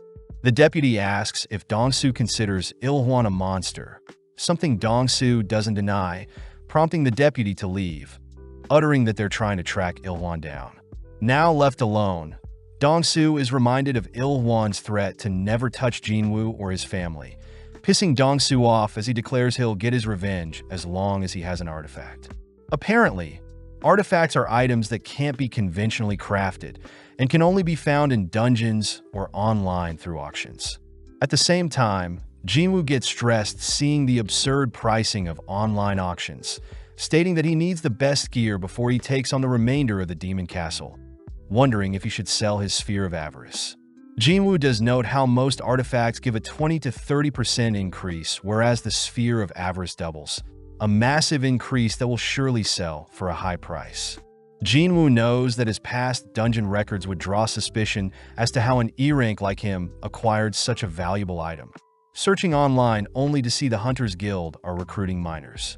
Cutting over to Jinchul, he shows off Jinwoo's profile for the past 4 years, impressing Gunny as Jinwoo has been providing for his family all whilst forced to endure the hardships of being an E-rank hunter.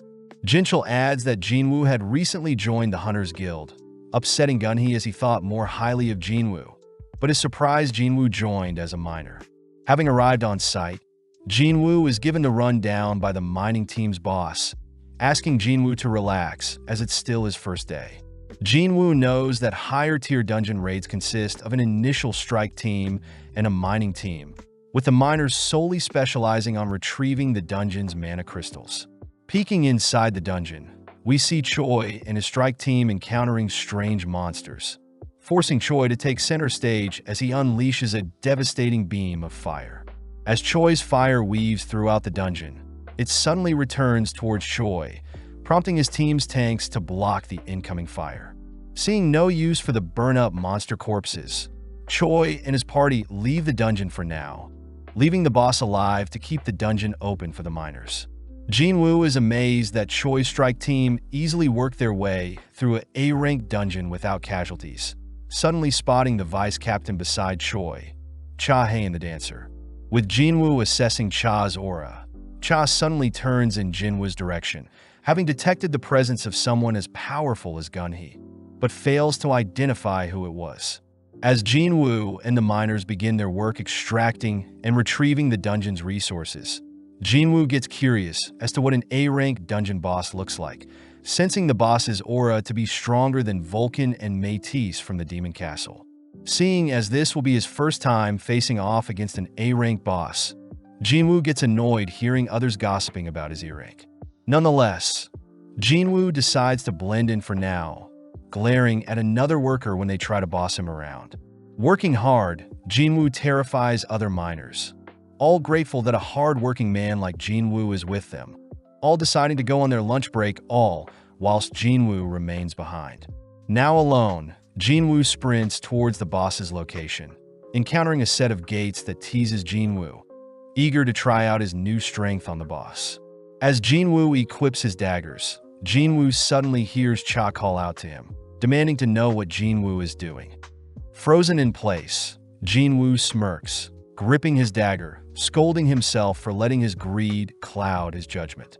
Cha asks again what Jinwoo is doing, hearing that Jinwoo simply got lost and is part of the mining team, but Jinwoo is more impressed he couldn't detect Cha until she spoke up. Cha wonders if she was misseeing a weapon in Jinwoo's hand, but nonetheless allows Jinwoo to leave, reminding Jinwoo something horrible could have happened if he took on the boss alone. But as Jinwoo passes Cha, she orders Jinwoo to stop, realizing Jinwoo doesn't stink like other hunters do.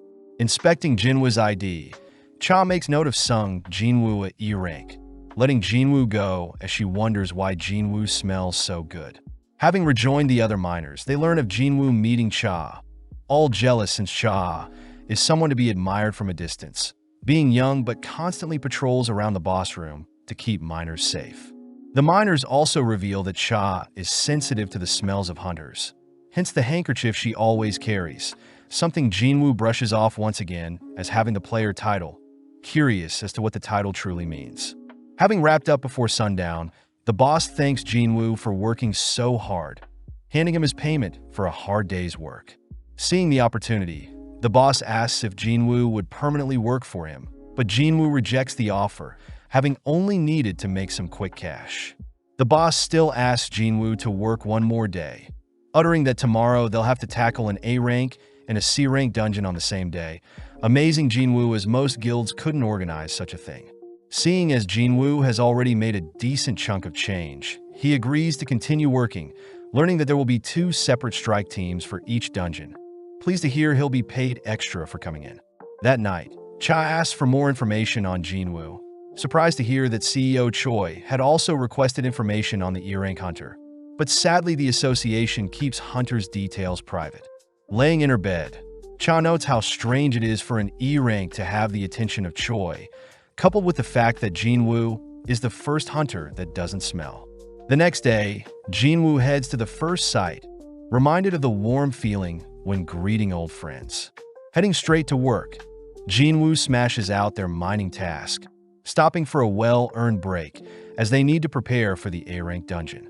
The boss tries negotiating with Jinwoo once more, offering him 5 times the normal pay, but Jinwoo sadly refuses, all interrupted by Captain Sun Ki-hun of the strike team. Ki-hun reveals one of their carriers didn't show, asking for a miner to act as a carrier, stating that any volunteers will get hazard pay, but no one is willing to risk their life. The mining boss apologizes since miners aren't cut to enter A-rank dungeons, but suddenly Jinwoo volunteers, surprising Ki-hun as he immediately accepts Jinwoo upon hearing he is E-rank. Standing before the gate, Jinwoo is amazed that a secondary strike team houses 6 A ranks and 3 B ranks, a team with no S ranks but overall a force to be reckoned with. With the strike team entering the dungeon, Jinwoo immediately notices the low magic in the air, giving him a strange feeling. Seeing Jinwoo glancing around, Han Semi, an A-rank healer, reassures Jinwoo that Ki-hun is a very competent leader, someone who is fit to serve in Choi's place. Suddenly sensing something approaching, the entire strike team gets into formation without any orders, all bracing as several dungeon jackals attack.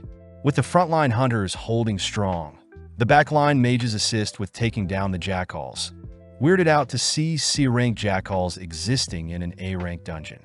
Upon close inspection, Jinwoo notes the jackals have collars, all realizing that the jackals have been kept as hunting dogs. At that moment, a disgusting aura emerges from the dungeon's darkness, an army of high orcs. Seeing one of the orcs tossing its spear, Kahun rushes to block the projectile, but having deflected the spear, Kahun realizes his shield has been partially shattered by the impact. With the orcs rushing towards the gang, the tanker attempts to taunt the orcs, but the orcs simply shake off the ability, instead choosing to jump the backline first. Luckily, the strike team blows the creature back, terrified to see the orcs' high magic resistance. At the same time, A-rank Lee Bora casts a binding spell to buy them time, allowing another mage to summon some fire sprites to further stall the orcs. When A-rank CO Jaiwoo attempts to engage the orcs, she is easily knocked aside, forcing A-rank Gina to draw their attention. With semi-distracted with healing the tank, Kahun orders everyone to not break formation and instead to split into groups of 3, annoyed to see a single high orc can easily dismantle an A-rank hunter. Following a B rank in their party, the hunter ultimately loses an arm to the orcs, forcing Bora to cast another binding spell while Semi regenerates the B rank's lost limb. Sadly, an orc manages to break through Bora's binding spell, forcing Semi to give in. Out of nowhere, the orc before Semi is lifted into the air, revealed to be Jinwoo's doing as he had casted stealth along with Ruler's hand, tearing the orc apart with his sheer strength. At the same time, Kahun notices the orcs slowing down, inspiring the strike team to begin dismantling the orcs. But in the shadows, Jinwoo is seen floating through the battlefield, assisting the strike team by adding several cuts and incisions to weaken the orcs enough for the strike team to finish them off. With Kahun taking on the final orc, he ends the brawl, reporting that no one had passed luckily. After the battle, Semi asks if Kahun found anything strange during the fight, both agreeing that the orcs acted sluggish out of nowhere. With Gina and Bora both confirming that their magic doesn't weaken enemies, Bora is seen glaring at Jinwoo, revealing that she had detected Jinwoo was using stealth. But, seeing as Jinwoo was helping them, she chooses not to reveal Jinwoo's secret. Assessing the situation, the party asks for Kahun to retreat for now, knowing how much Kahun wants his first captain raid to go. But even Kahun knows the best thing to do is retreat, something the others respect. Returning to the portal, the gang are mortified to see a powerful barrier blocking their exit, prompting Bora to begin dispelling the magic. At that moment, a potent aura can be detected deeper within the dungeon, all knowing that it belongs to a powerful dungeon boss. With the party's 3 mages rushing to dispel the barrier, they all begin coughing up blood as Bora reveals the barrier spell is cursed magic and would require holy magic to dispel. Turning around, the gang spots an even greater horde of high orcs standing in wait. Seeing a high orc approaching them, Kahun matches its movements, courageously standing before the orc as the orc roars. Beginning to act strange, the orc twitches, suddenly speaking human language as it transmits the dungeon boss's words, introducing themselves as Kargalgan. With Kahun confirming that Kargalgan is the one who placed the curse barrier and is the strongest in the dungeon, Kargalgan asks if the gang would like to meet him or if they'll be slaughtered where they stand. Seeing no other option, Kahun states they'll meet Kargalgan, prompting the orcs to turn and begin leaving. Staying back for a bit, Kahun states that they'll all strike the dungeon boss the moment they see it, asking Jinwoo to flee as their main objective is to ensure the orcs don't leave this dungeon. Semi takes the chance to hand Jinwoo her will, asking Jinwoo to give it to her family when she passes, but Jinwoo can't help but feel the familiar despair he once felt in the double dungeon. Outside the gate, Cha is seen looking around for Jinwoo, learning from the mining boss that Jinwoo had taken part as a carrier for the strike team today. With the gang guided into a massive throne room, they all stiffen up seeing the hundreds of high orcs crowded around them. Standing before Kargalgan, The gang spot 4 other orcs next to Calvigan, watching as Calvigan shows off a disgusting grin, greeting the human worms before it.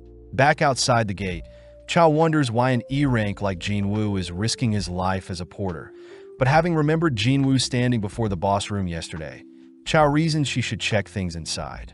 Needing a weapon, Chow refuses to bring pickaxe, seeing as it'll be useless, only to embarrassingly accept the weapon, seeing as it's better than nothing.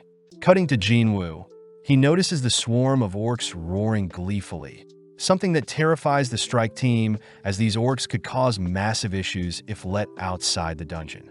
The gang also take note of the 4 menacing orcs beside the boss, all watching as Calvigan silences the room with a wave of his hand, reminding Cahun that their #1 priority is to close the gate no matter what.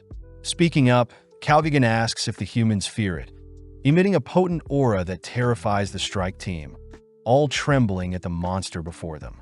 Cahun demands to know why Calvigan wanted to see them, all mortified upon hearing that Calvigan plans to play with them, wanting to torture them slowly to entertain his orc army. Pissed, Cahun knows that they'll be discarded, wanting to at least go down fighting, but Calvigan spots something unique about Jinwoo. Rallying the team, Cahun orders his team to attack Calvigan, but upon seeing everyone frozen in fear, Cahun chooses to rush the boss himself. Sadly, Calvigan casts him a protection, easily halting Cahun's advances, only to cast gravitational magic on Cahun. With a wave of his finger, Calvigan sends Cahun flying into the ceiling, only to smash him into the ground, all whilst the gang helplessly watches. Having seen enough, Jinwoo catches Cahun, placing him down gently, only to offer to help. Sensing an orc prepare to toss its axe at him from behind, Jinwoo makes use of his ruler's hand to send the orc flying into the ceiling, only to ask that Cahun relinquish the dungeon to him, something Cahun has no choice but to do. Calvigan is pissed he's being ignored, attempting to scare Jinwoo with his aura, but Jinwoo simply flexes his own strength, calling for his shadow army to appear. With Jinwoo declaring he'll slay Calvigan, we cut outside where Jinchul has arrived on the scene, wanting to investigate the reason Jinwoo had chosen to become a miner for 2 days. Jinchul asks the miners on the scene where Jinwoo is, noticing another miner is frightened of Jinwoo, wondering what Jinwoo did to the man. Regardless, Jinchul calms everyone down by asking them to watch the news tomorrow, stating that it'll explain the strange air around Sung Jinwoo. Before Jinchul enters the gate, he hears that Cha is also in the dungeon, suddenly sensing a dense power appear from the dungeon, ordering his men to assess the magic power of the dungeon. Having entered the dungeon, Cha comes upon the slain orcs, getting serious as she too had sensed the dungeon boss's aura. Back with Jinwoo, he is mocked by Calvigan for having such weak soldiers, but Jinwoo warns Calvigan to not underestimate him, immediately unveiling his monarch's domain. Having obtained the skill after reaching floor 70 in the Demon Castle, Jinwoo empowers his shadow army, terrifying the strike team as they wonder if Jinwoo is human. As Calvigan orders his army to attack, Iron is seen taunting the orcs, but when the taunt skill doesn't work, Iron spins his axe, slashing and slaying the approaching orcs. At the same time, Igris shreds the orcs rushing him, followed by Jinwoo monstrously carving and hacking away at the orc swarm. Attack patterns the strike team notes resembles Cha's. Assessing the situation, Jinwoo knows that his shadow infantry are around B rank, meaning they perish 4 to 5 times before they can slay a single orc. But before Jinwoo can think of a way to make his soldiers stronger, Calvigan casts him of the Fire Dragon, eradicating a fraction of Jinwoo's army. Seeing Calvigan acting almighty, Jinwoo simply resurrects his fallen army, watching as Calvigan uses his barrier spell to blow Jinwoo back, following up by casting simultaneous gravity and fire spells to drain Jinwoo's mana. As the strike team runs for cover, Jinwoo realizes that Calvigan is keeping him at a distance with his long-range magic, but outside the gate we see Jinchul order for backup upon learning that the dungeon gate is close to an S-rank dungeon rather than an A rank. Seeing Calvigan already declaring that he's won, Jinwoo watches as his mana bar is drained, but Jinwoo simply refuels with a mana potion, showing off his skills as a necromancer as he revives the slain orcs, adding them to his shadow army. Hearing Jinwoo declaring himself as a necromancer, Calvigan begins to bug out, attempting to utter some words, but the voice in his head reminds him to only hunt down humans and do nothing else. Listening to the voice, Calvigan orders his 4 menacing-looking orc captains to join the battle. Cutting over to Choi, he receives news of the mistaken S-rank dungeon assigned to Kahun. Fearing that a dungeon break will cause a similar scene to the dungeon break on Jeju Island, Choi asks for all A-rank and above hunters to gather, fearing that he'll have to swallow his pride and ask for help from neighboring guilds. Back in the dungeon, Iron is seen taking on one of the orc captains, easily decapitating it. Following up, Igris chooses to take on 2 of the orc captains, managing to take one out by tossing away his blade, easily retrieving it with his ruler's hand, distracting the second captain only to allow Tank to come in for a sneak attack. Jinwoo is amazed the tides are turning in his favor, inspiring the strike team to want to help out, but instantly, the strike members are paralyzed by Calvigan, who asks that outsiders not interfere. Having left his throne, Calvigan turns his sights onto Jinwoo, casting several curses onto Jinwoo, but out of nowhere the curses vanish, revealed to be Jinwoo's passive skill, health and longevity that immediately cleanses all debuffs. As Jinwoo summons 3 shadow mages, Calvigan erects a barrier to block the mage's fireball, but having given one of the mages the Sphere of Avarice, the mage's spell is enhanced, ultimately managing to tear through Calvigan's powerful shield. Right on cue, Chao arrives, shocked to see so many summons facing off against the orcs, relieved to see the strike team hasn't suffered any casualties. Pissed, Calvigan casts several enhancement spells to enlarge his size and strength, attempting to crush Jinwoo like a bug, but Jinwoo simply blinks away, watching as Calvigan casts another fire spell. Upon seeing Jinwoo unfazed, Calvigan duplicates his incantation, casting hundreds of fire spells that incinerate the surrounding battlefield, asking how scared Jinwoo is. Using the chaos as an opening, Jinwoo sneaks in from behind, plunging his dagger into one of Calvigan's eyes, reminding Calvigan that his huge size is a weakness and that mages should remain behind their guards. Enraged, Calvigan smothers the battlefield with fire and lava, forcing Jinwoo to jump around the imploding floor tiles, only to toss 2 daggers to disrupt Calvigan's cast. Making use of his ruler's hand, Jinwoo snatches a nearby chain, using it to tie up Calvigan, all whilst Jinchul and his surveillance team arrive.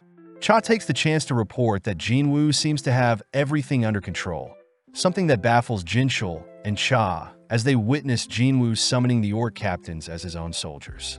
Towering over Calvigan, Jinwoo declares the fight to be over, but refusing to give in, Calvigan attacks his former captains, only to be brought down by their overwhelming strength.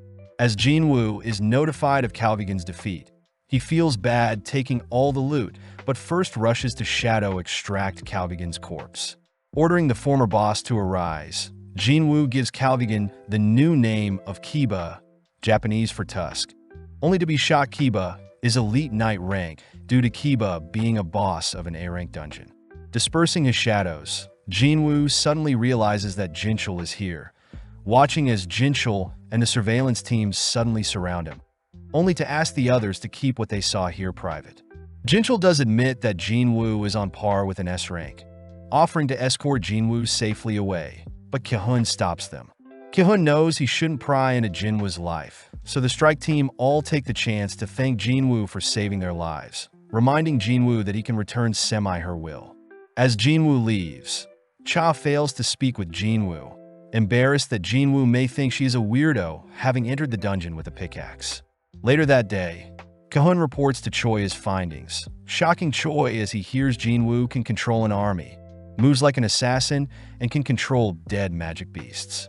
Choi asks Kahun who he thinks is stronger between Jinwoo and Choi himself, but Kahun points out that Choi can't take on an A-rank dungeon all by himself, something Jinwoo has shown he can easily do.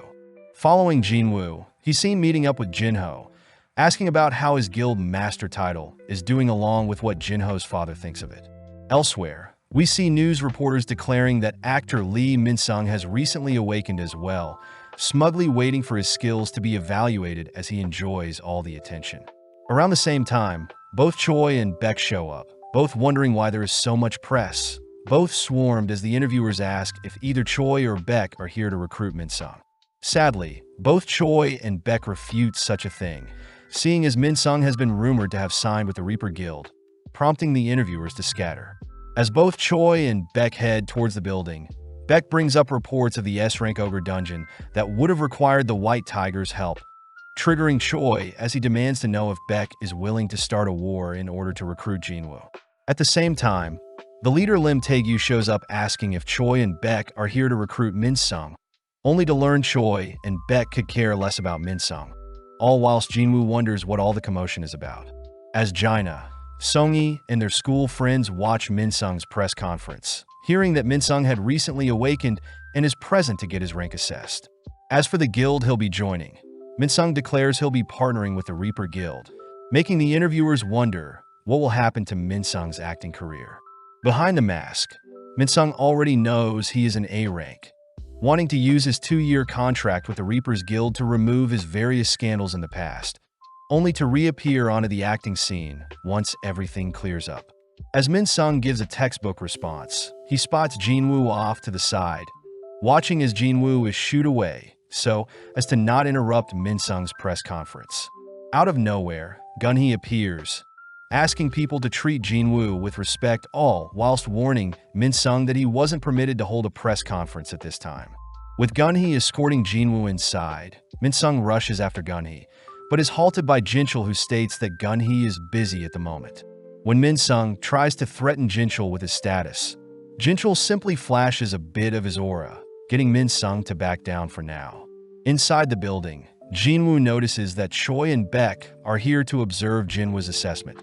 But for the assessment, Jinwoo is taken to a training room only to be asked about his abilities. Jinwoo chooses to show off one of his shadow soldiers, a skill the examiner recognizes as summoning magic, but Gunhee asks that Jinwoo show the extent of his powers to give him a proper assessment. Choosing to unveil his shadow army, Jinwoo's aura immediately fills the room, even overflowing outside where Choi and Beck can sense the dense raw power of Jinwoo. With several moments passing, Jinwoo is officially granted his new S-Rank Hunter's license, excited as he can finally sell his Sphere of Avarice and gather gear to enter the Demon Castle.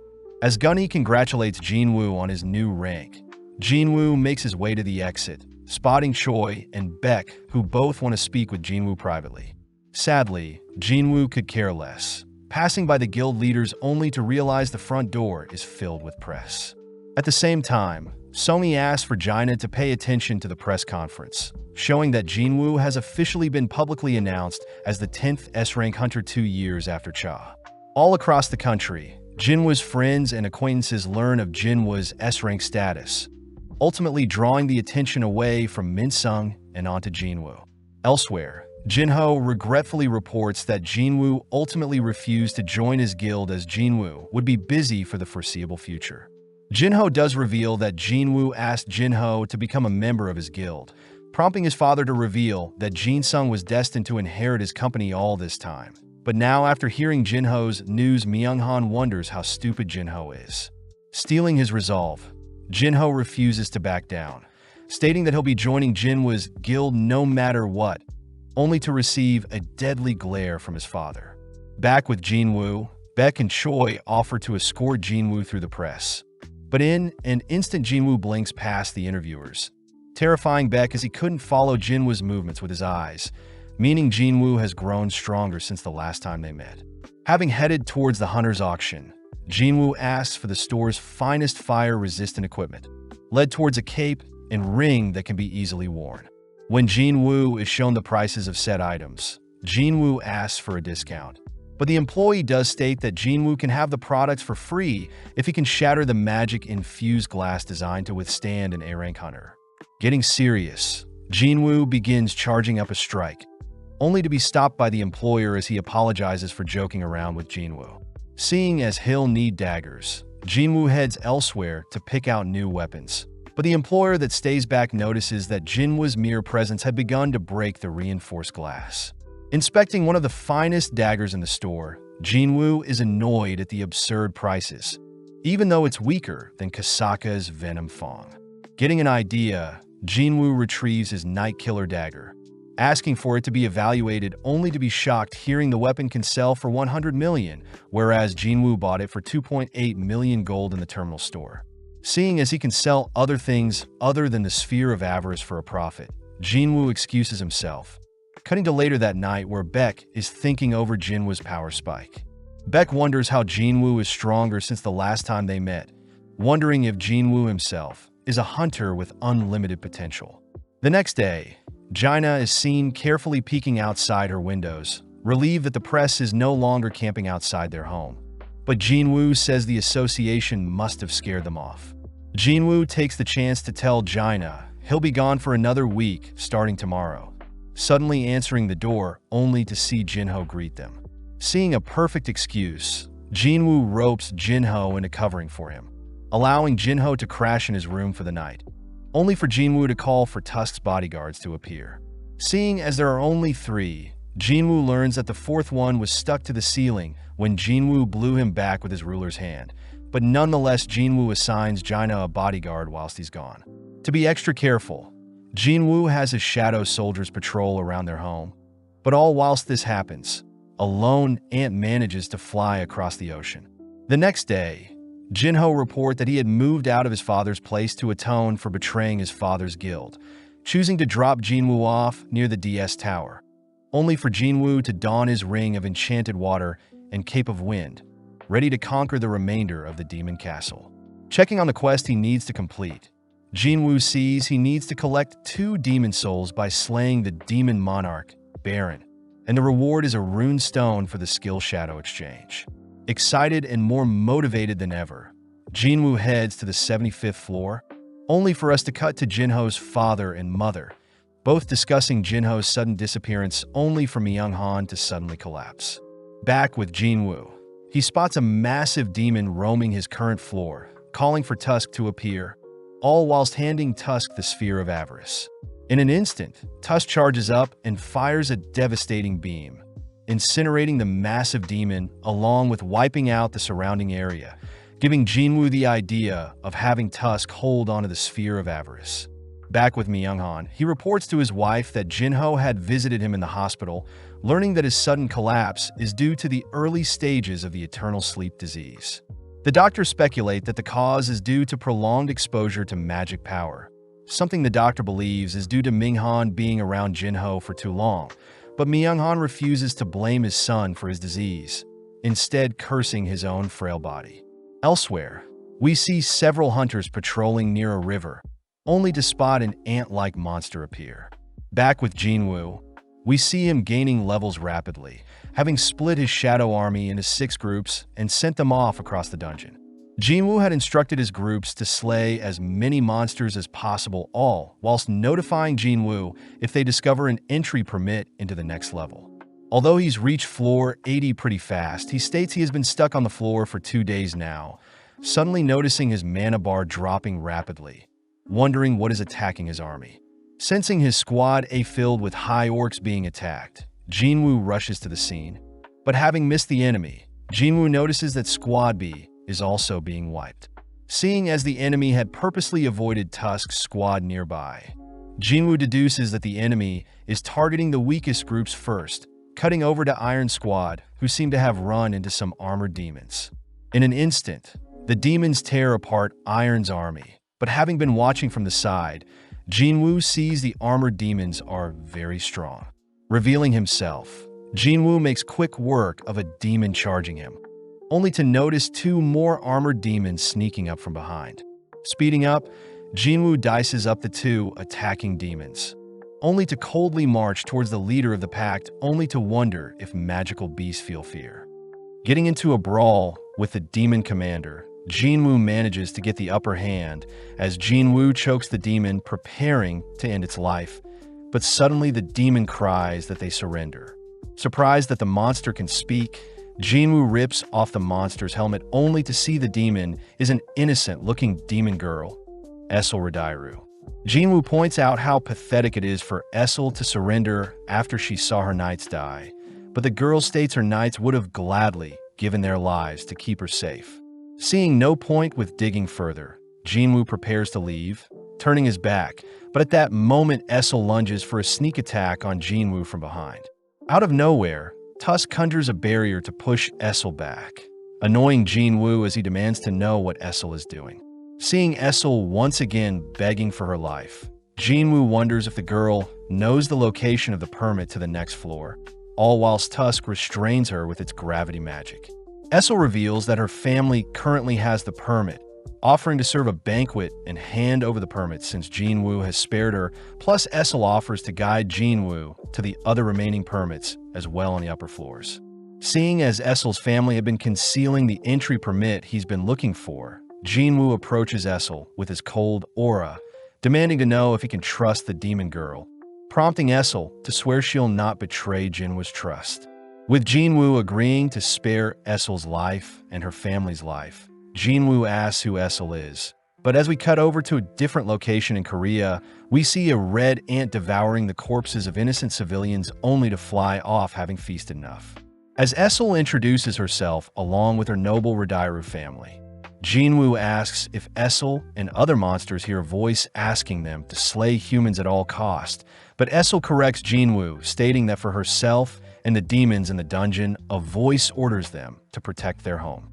When Jinwoo hears that Essel and the dungeon's monsters only recently began to live in the dungeon, Jinwoo demands to know where they lived prior, shocked to hear that Essel had originally grown up and lived in the demon realm, but had mysteriously appeared in their current dungeon after some time. Asking more questions, Jinwoo wants to know what was happening in the demon realm, suddenly noticing Essel glitch out as she reveals that the demons were preparing for war. With a demented-looking face, Essel utters that the entire demon realm had her rally together to wage war on the enemy. But before Essel can reveal who, another glitch occurs, preventing Essel from answering Jinwoo's questions any further. Seeing Essel fainting, Jinwoo rushes over to catch her, cutting over to the Hunter Association, who begins reviewing images of the aftermath of the winged red ant attack. Jinchul utters that the ant appeared on an island in Japan's borders, and after 294 casualties and 108 hunters deployed for E ranks, 1 S rank and 1 B rank was slayed during the disposal of a mere red ant. Hearing the news, Gunhee is disgusted that an A rank needed to dispose of the ant, mortified that the red ants are on par with an A rank hunter. Seeing as Jeju Island's ant colony is 120 kilometers away from the mainland, Gunhee requests for Japan's collaboration moving forward, announcing that they'll immediately start preparation for their 4th raid to retake Jeju Island. Back with Jinwoo, he ventures through the dungeon's floor, having Tusk carry Essel only to ask for directions to her family's castle. Upon greeting Essel's father, Radairu demands to know who Jinwoo is, terrified upon sensing Jinwoo's army hiding within Jinwoo's shadow, impressing Jinwoo. Accusing Jinwoo of deceiving his daughter, Radairu orders Jinwoo to be surrounded, but Jinwoo warns Radairu to hand over the next floor's entry permit in exchange for his family's lives to be spared. Having heard that Jinwoo had slain the lower floor boss Vulcan and Metis, Radairu gives in, handing over the 81st floor permit. Before Jinwoo leaves, he asks to borrow Essel, flustering the girl and shocking her father, but Jinwoo clarifies that he needs her to help guide him through the remaining floors. As Jinwoo guarantees Essel's safety, Radairu permits the duo to leave, spotting a big grin on Essel's face. Elsewhere, we see several surgeons dissecting and inspecting the corpse of the winged red ant, all whilst Japan's guild master oversees the operation. Immediately setting out, Jinwoo carves his way through more demon nobles, managing to obtain the entry permit for floor 90, but realizes that both Tank and Igris have obtained the Knight rank and Elite Knight rank respectively, with Tank now being on par with an A rank and Igris an S rank. But off to the side, Essel feels bad for not being able to peacefully negotiate with the demon nobles, warning Jinwoo that the remaining floors all consist of stronger elite demon nobles. Jinwoo reminds Essel that demons would never negotiate with someone weaker than them, offering to place Essel's Radairu family as the top family of the dungeon. But although Essel is grateful, she asks why Jinwoo is sparing her family. Without a moment's delay, Jinwoo confidently declares he likes Essel, something that shocks Essel as she rushes to hide her emotions. Sadly, Jinwoo says he'll be sending Essel back to her father, seeing as the demons they'll be facing will be difficult. When Jinwoo asks for the general directions for the remaining permits in the upper floors, Essel asks if she's being a burden to Jinwoo, but when Jinwoo says he values her safety more than anything, Essel cries that she wants to remain by Jinwoo's side. Happy to hear Essel's resolve, they continue on to the 90th floor, immediately running into far more stronger demons with greater numbers. But as Jinwoo soldiers on through the remaining floors, we cut to Choi informing Cha that the 4th Jeju Island raid will require all S-ranks to participate. Choi states that members from Japan will also be joining them, declaring that they'll retake Jeju Island once and for all, and that Japan's greatest hunters will be visiting them today.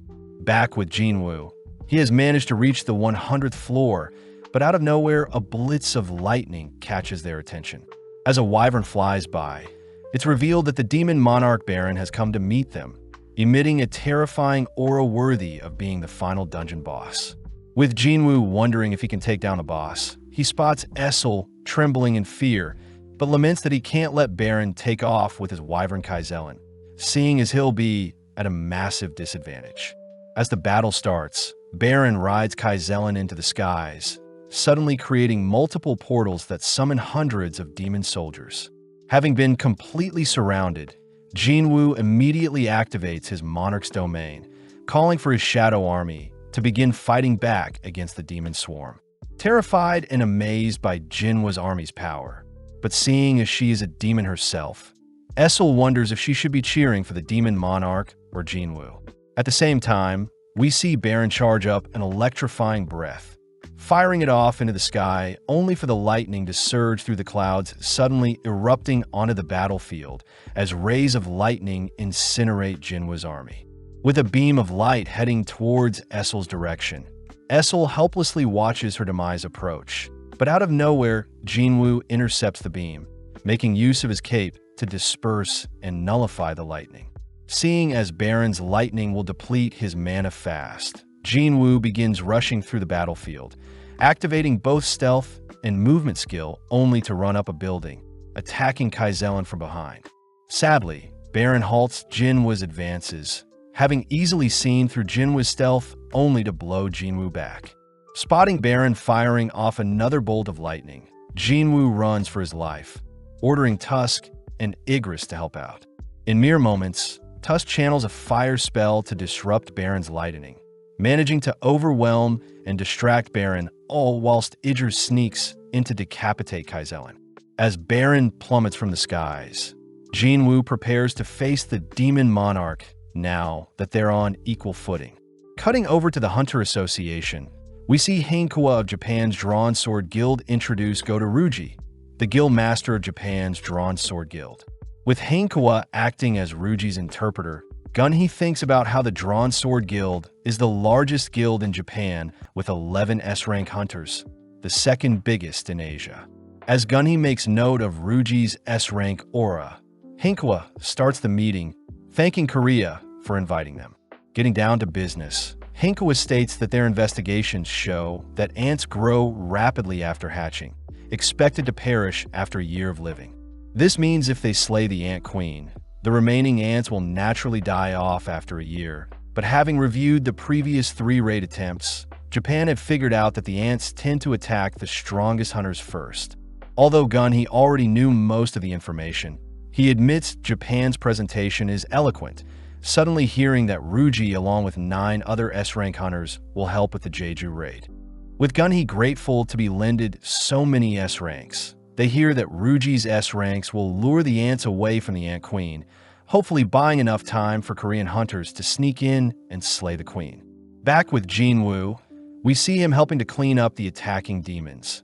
Annoyed he doesn't have time to replenish his mana with potions. As Tusk takes on Baron with his magic spells, Tusk is easily overwhelmed when Baron takes the fight seriously, even managing to dispose of Iron when he charges at Baron along with blowing away Igris.